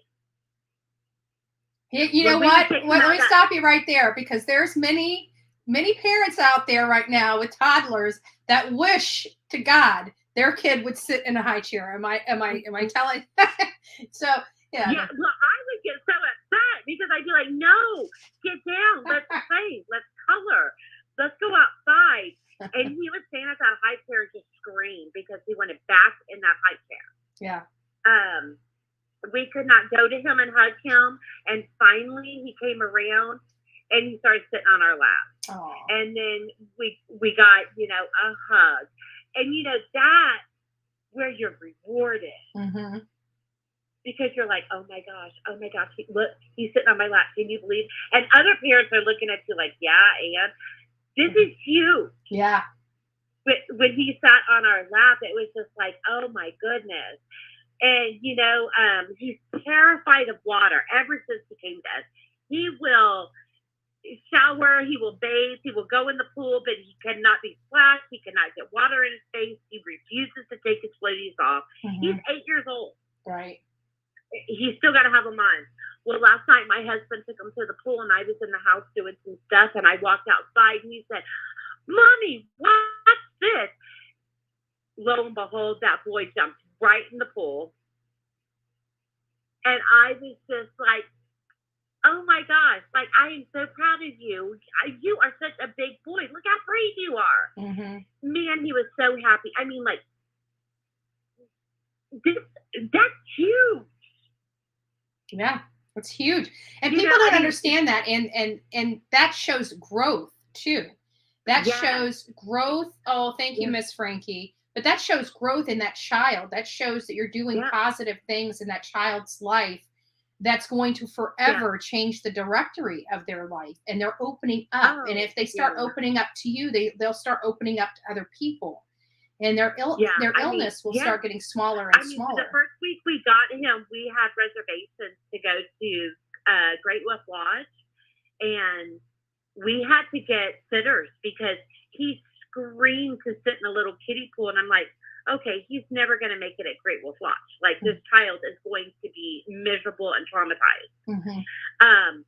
So, like, I look back at that little 18-month-old dude get sit in a kiddie pool because he was so terrified, and all the struggles that we've had since then. For him to jump into the pool, I'm like, oh, my mommy heart was just, it was so full. I was so happy. And he said, tomorrow, I think I'm going to take my floats off and try to swim. And I thought, no, let's slow down, buddy. That's good. And you know what? We talk about success on this channel so much, and you know what makes somebody successful. And I always try to tell them, not all success is monetary. That is a success. That is a success story if I have ever heard one. Yeah, I mean, you know, like my face, I can't stop smiling now. I mean, like each one of my children, there is just something about each of them. And I'm such a proud mommy. Yeah. You know, everybody will laugh at me because I'm like, yeah, you know, I got like 7 baby daddies. And, you know, my husband's like, would you stop telling people that? You know, he's like, please stop. People aren't going to take you serious. And I was like, well, it's serious. I do. And he's like, oh, my gosh, you can't do that. People don't understand. Yeah. So, but, okay, so to mine, if, why I called in about this, you know, I've been so back and forth with so many theories to this case, and I followed it from day one. I watched every show. I mean, I was with you when you were with Molly and everybody. Yeah. I mean, I've just been all over the place with this. But talking about possibly being in the concrete, don't you think those homeowners would want to know whoever bought that home? Yeah, but you know what? When we're out there, you know, a lot of people, like the business owners and everything, they know about this case. But just similar to I try to look at past experience, and like Ruth Cecala, she lived in this mobile home, you know, for older people, and everybody knew her there. But there was even on one side of the street, people knew she was on the other side of the street. They didn't even realize that she was a missing person. And so I do these people even know that Dawn is connected to that home? The people that purchased it? You know, that might be. But, you know, some of the neighbors know. You would think, you know, your neighbors talk to each other. It's possible, but would they know specifically? Because there's a lot of houses. That area is getting very large. And would they have known that Dawn Wells specifically worked on their home? I don't know. I don't know if anybody knows that except Richard Tucker or his son. And then, you know, my other thing with that is, you know, I have so many issues with the law enforcement. And I'm not doubting law enforcement. I mean, you know what? Law enforcement, you know, they go above and beyond. They risk their lives for my family every day. So I'm not downing them, but, you know, I still have, you know, my little concerns and issues. If they do not believe, you know, at the end of the day that Summer was abducted, then why are they not taking all of these steps and checking everywhere that they, you know, like the houses? Why are they not taking the initiative? Yeah, good question. That's so disappointing. Yeah. And I watched a documentary. I'm so documentary, and a lot of it is drugs because, you know, my babies came from drugs. And my daughter was abused by a meth user who finally got sent to prison for what he did to my daughter. But so I'm very into, you know, what are these drugs? Like, give me signs, show me. And I watched this documentary on fentanyl taking over our world, you know. It's in everything. Like it was just being introduced, and they were mixing it with the other, you know, the H, and now it sounds like they're, you know, lacing, you know, even marijuana products with it and stuff like that. To save money. Just fentanyl wears off very quickly. So a lot of these drug dealers are, you know, lacing like their coke and everything with fentanyl. And such a tiny amount, you know, will kill you. And, you know, and I don't know why. I never thought of it before, but I was watching this and I just started thinking about Summer. Like, you know, it has been said that Don did coke. Yeah, and we actually have a recording of one of Candace's calls into law enforcement. It was part of that, you know, we could get a couple recordings within the last 18 months when we were there in December. And we got one, and one of them was her on the phone calling law enforcement on Don, and her saying, yeah, he's probably at the crack man's house in Johnson City on the recording to law enforcement. Or he just came back from the crack man's house in Johnson City. It was something. And he worked there. And that's where he was working that day. No, Jonesboro. This is Johnson City. Apparently he has some. Okay.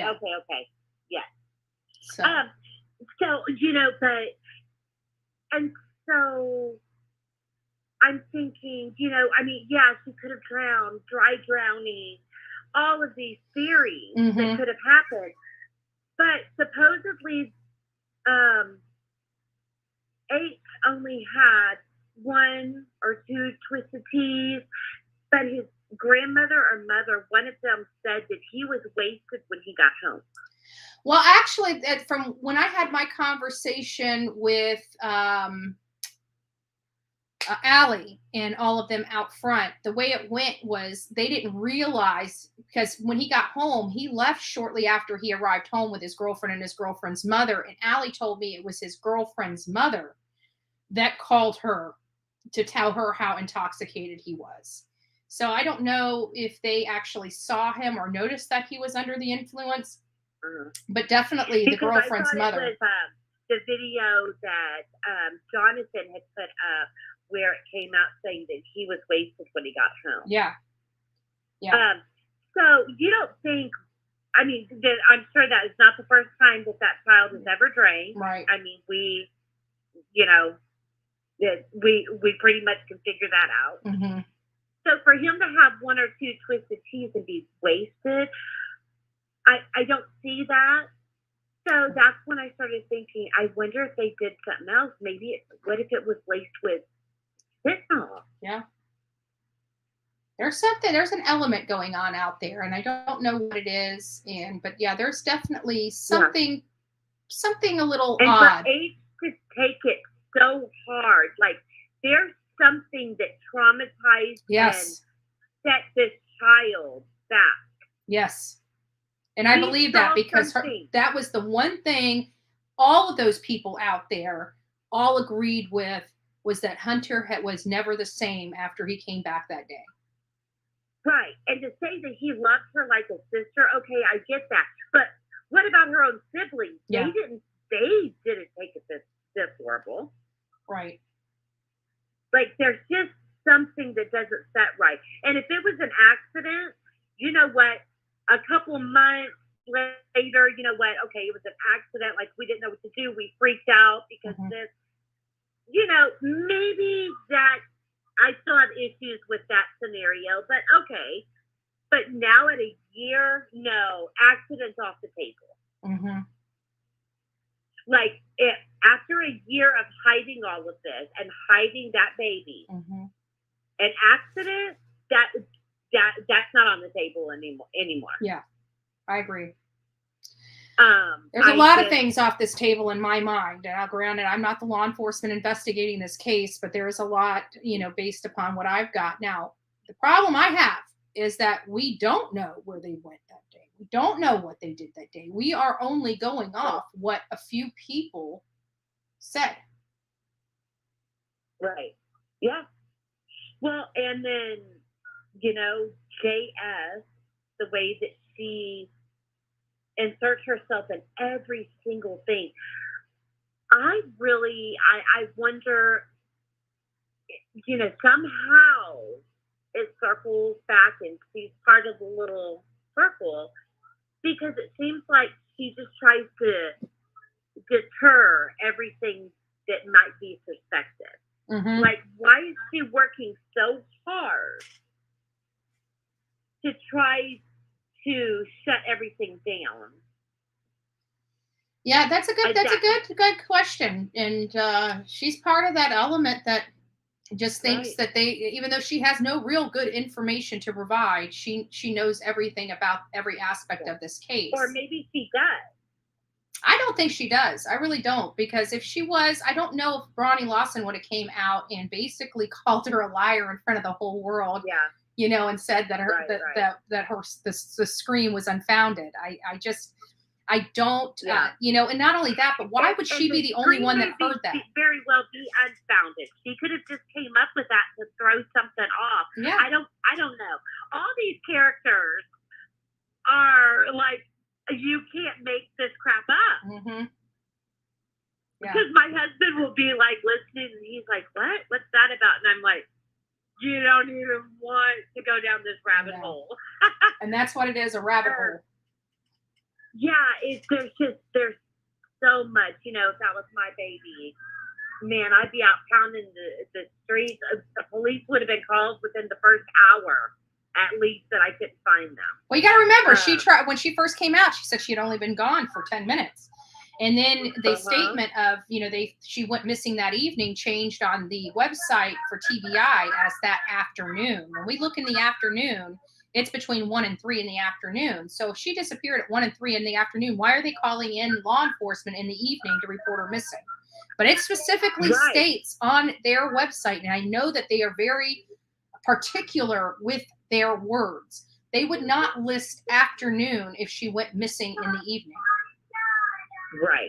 Right. Yeah, and then for Grandis to come out like and say she wasn't there, I don't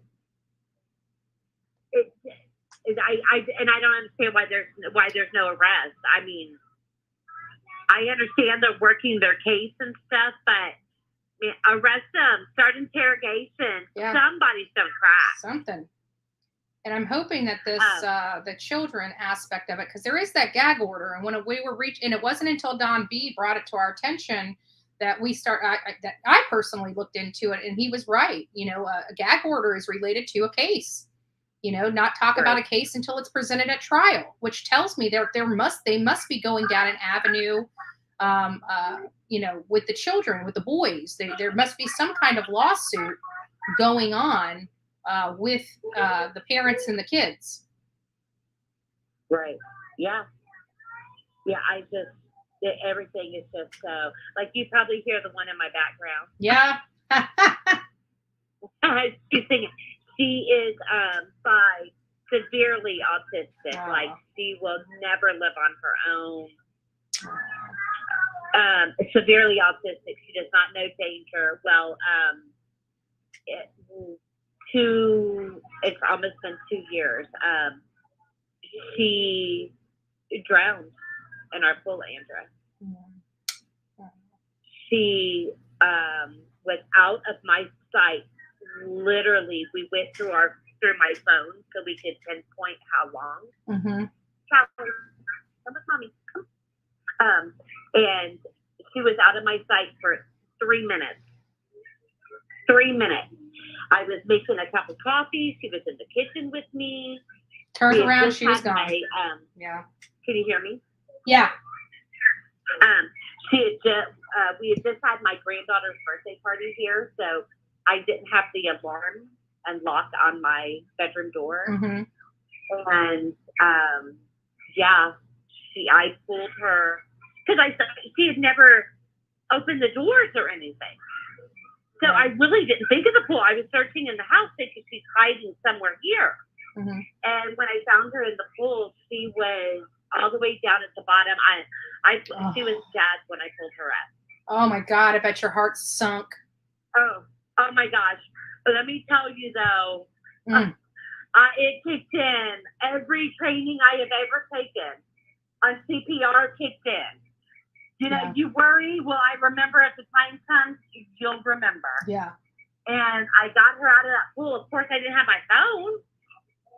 And so I'm hollering for the other kids to go inside and get my phone as they're watching me pull their dead sister out of the pool. Oh, my heart would have sunk. Awful.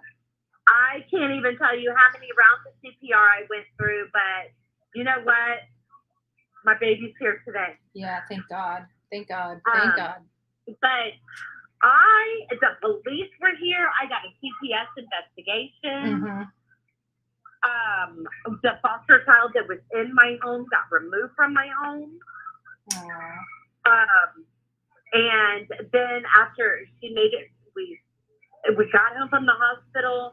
An investigative sheriff came and interviewed me and talked to me because she had watched the camera that was on the officer's, uniform whenever he showed up. And so she came out here and wanted, to talk to me and wanted me to go through everything that happened. I mean, it was huge. Yeah. And so, of course, I look at this case and I'm like, oh my gosh, I could have lost my kids because of an accident. Yeah. And here these people are just living their lives. Yeah. And they were able to go through all this nonsense that's gone on for years on top of that mountain. With no risk. Yeah. Right. I was terrified. I lived on edge. Yeah. Until that CPS case was closed, which they closed it immediately. All my children were here. So they knew. I mean, they interviewed the kids. They knew I didn't do anything. I mean, accidents happen. And a lot of the CPS investigators, they know us. Yeah. They want to bring their kids to our home. So, but a sweet voice. There's no Pop-Tart. There's no Pop-Tart, Callie. And she's autistic, so she's super picky on what she eats. Like, it's another thing you go through, feeding issues. A lot of these kids have feeding issues. I want a Pop-Tart, too. I can't believe you're out of Pop-Tarts, Mom. I know. I found one. She's like happy girl now. There we go. But I will let you go because she's kind of. All right. Well, thank you, Mama Bear of 10. It's nice to hear your story. And I have to agree with the consensus of our audience. We need more people like you out in that world. God bless you for everything you do. These children's lives are forever changed because of such kindness that you and your husband show these children. Thank you so much. Oh, thank y'all. I appreciate it. All of you can do exactly what I did. You don't have to be as crazy and take 6. Right. Hey, but everybody can do their part as well. That's right. In so many aspects. Yeah. Of care. You don't even have to take them into your home. Yeah. Signing up to be a babysitter or respite provider, that is huge for foster families. Oh, good. Great idea. People that, just want to give parents, foster parents a break. You can do your part just by sitting with the children while families have date night. Even emergencies, grandma dies 2 states away, and it's an emergency, and you have nowhere to send them. Yeah. You don't want to, you don't want to take them, especially, these traumatized children. You don't want to take them to a funeral. Right. Yeah, because that'll trigger them. Right. And so, just signing up to be a respite provider is a huge help if you can't take children on your own. If you know a family, when mommies have new babies, people will bring them a food, a dish, so they don't have to cook for the first couple of days. If you know a foster family, do that. It's very hard when those children first come to your home. Not only getting your home situated for this new child to come in, with your own children who are in the home already. But it's most of the time these babies, they come with a diaper and a bottle if you're lucky. Oh wow! You don't have no clothes. You don't have no formula. You don't have no diapers. You don't have anything. So having a meal provided while you try to, go to the store and provide for this baby, that's nice. Wow. Yeah, that's great suggestions that everybody in this audience can do. If you guys know a foster family, maybe make them a dinner, sponsor them a dinner, order them a dinner. Yes.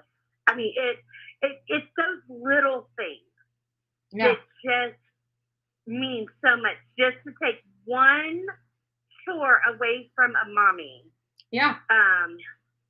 It's great. And there's a lot of people, what you just brought up, you said chore. And the first thing that came to my mind is we have, people that do house cleanings and stuff like that. Maybe sponsor a family, once every few months, sponsor a family to go and clean it. Do some of the, goodness. Or, or if you have another business and of a foster family and they can use your services, maybe donate to that family. It's all about doing our part to make a better world. Yeah, something just so little. I mean,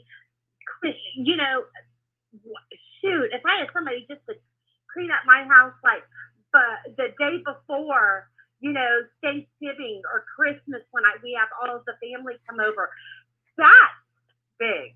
Yeah. I mean, just there's so many little things. It doesn't have to be monetary and over the top. Right. Those little things we really, really do appreciate. Somebody say, hey, you know what? I'll sit with the kids for 2 hours. Go sit in a bubble bath and read a book. Right. Right. I mean, we have advantage. Yeah. But that's because mine are special needs. Right. And you got 6 special need kids. It's a handful for one person, for 2 people. I mean, and our severely autistic daughter, like, it's right there. That shows you 3 minutes. Yeah. Like I have chills right now remembering 3 minutes, Andra. Mm-hmm. She was and she was right here jumping in my office, right next to my kitchen. Yeah. I saw her head bopping up and down. And then boom, just like that. And just like that. Yeah. She was in the pool. Mm-hmm. And let me tell you, I thought they were going to sedate me when I got to that hospital. I didn't even turn my vehicle off. I parked in a non-parking. I parked and ran in screaming. They're like, ma'am, it's COVID. We have to take your temperature. And I was like, oh, no, you don't. I said, my daughter's back there somewhere. I don't know how I got back there screaming. My husband was there. He was like, you have to calm down. Yeah. They're going to kick you out. You have to calm down. I said, just let me see her. Just let me see her. Right. I mean, like, it was horrible. Yeah. And so, it's just, it's so hard. Yeah. It is so hard. I thank God every day that all 6 of these babies were sent to me because I think they would be in Summer's case had they not been removed. Wow. You know, so I thank God because it takes so much patience. Yeah. Yeah, she's African American, Mm-hmm. and so I have to do her hair. Mm-hmm. Yeah, that don't work well for really autistic children. Yeah. So everybody says you should write a book, man. This is hilarious what y'all go through, and I'm like, nobody would believe us. Right. I'm like, this is just normal day to us, Sandra. Yeah, yeah. But you do it so well. You do it with a smile on your face, and you're thankful. The reward definitely surpasses. Yes, I still go to bed, and I pray, Lord, let me be a better mommy tomorrow. Yeah. Like, let me have more patience tomorrow, Lord. Let me scream one least amount of time tomorrow. Yeah. You know, because I'm still human. Let me pull out a little less hair tomorrow, Lord. Right. Yeah. You know, so I still pray to be better and better. Yeah. When I'm not here anymore, I want them to know they were loved, whether by blood doesn't matter. Yeah. I'm their mommy, and I want them to know I love them with all my heart. So every day I want to be better. Absolutely. Absolutely. Well, thank you, Mama Bear of 10. We appreciate you. Thank you so much for your time. Absolutely. One day we're going to meet. Huh? I said one day we're going to meet. Yes. I want to meet you so much. I would love it. I would love it. And I'll owe you lunch. Yeah. Well, if you come to Texas, girl, hit me up. I will. I will do just that. Thank you so much. Have a great day. Well, thank you. Y'all have a blessed and wonderful and productive weekend. Thank you. Thank you so much. Bye-bye. Thank you. Bye-bye. Wow, that was unexpected. I love hearing her story. You know, we've had Mama Bear of 10 in here for quite some time. And just hearing her story, hearing her struggles, hearing the things that she does in her own time to make the world just a little bit better and a little bit brighter for somebody else is truly amazing. And she gave us a lot of suggestions that we can utilize in our daily lives and helping. You know, we always talk about the Department of Children and Family Services and how there needs to be massive wide changes.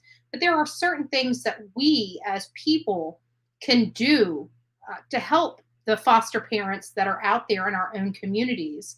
And Mama Bear of 10 had brought up some great suggestions from, you know, preparing a dinner for them, something so simple we don't even think about. You know, we're all thinking about whether or not we should be part of the foster care family. Well, if we don't have the ability or the means to do that, there are stuff that's in our abilities and our means to be able to help these families. And so it is just amazing. God bless you, Mama Bear of 10. And people hearing your story for the first time, it is short of amazing what you do for these children.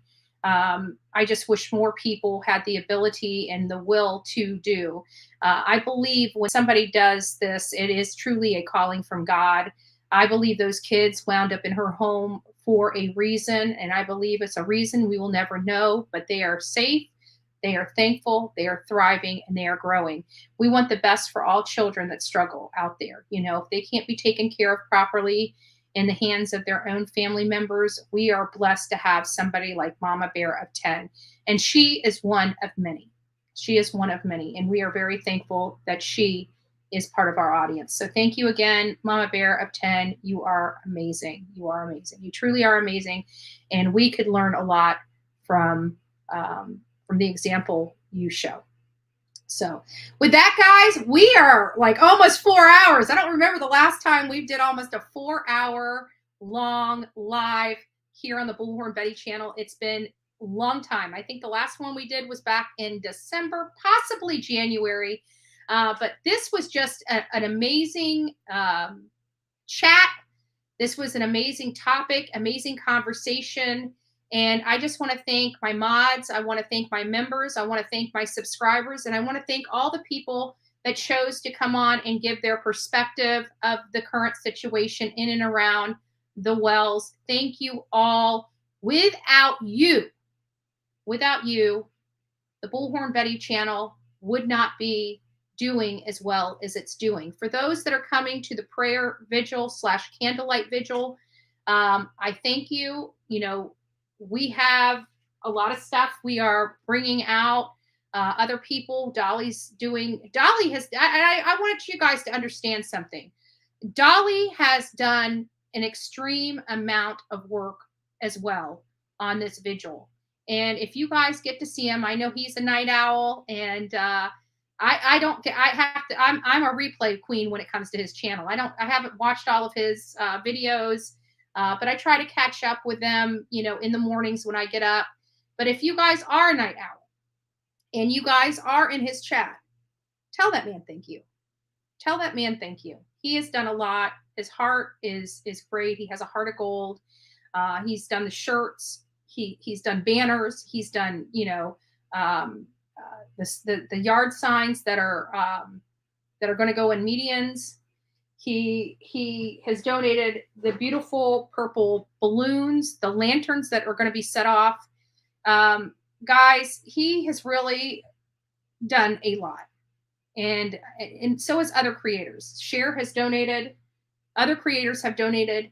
Guys, I just want you guys to understand that this is really for all of us coming together in the sake of Summer's name. And I just want to say thank you to all that are coming, all that are sponsoring, all that are supporting, and all that are sharing our vigil out there in YouTube world. And I know no matter what, it will be an amazing event. It could be 5 people there, only 5 people, and we will have an amazing fun event. I don't think it's only going to be 5 though.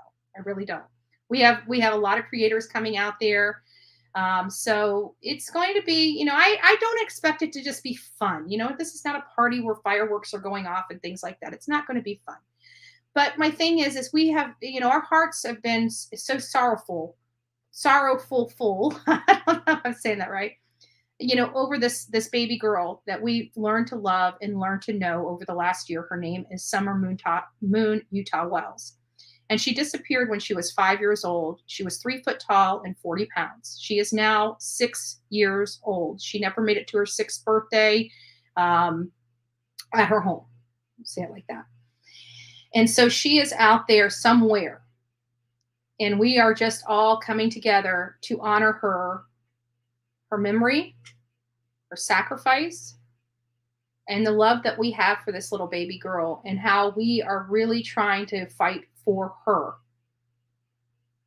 And so, you know, we just want it to be, I don't know, you know, I know some of us may shed some tears out there, but I really don't want it to be so somber. I want it to be, this child was full of life.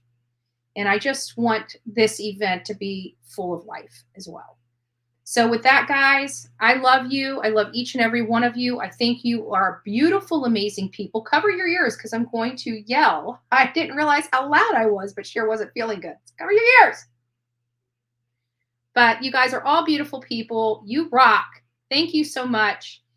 Please go out, make it a great day. And don't forget to be fearless, folks. I love you. God bless you. Thank you for amazing chat.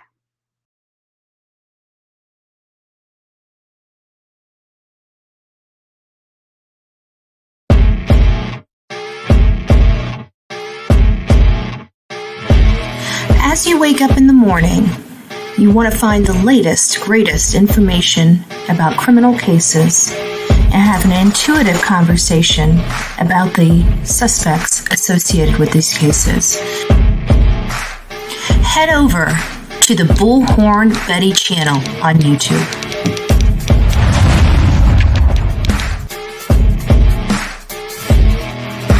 Get breaking news right here on the Bullhorn Betty channel. Welcome to the Bullhorn Betty Coffee Club. Enjoy your stay and enjoy your day.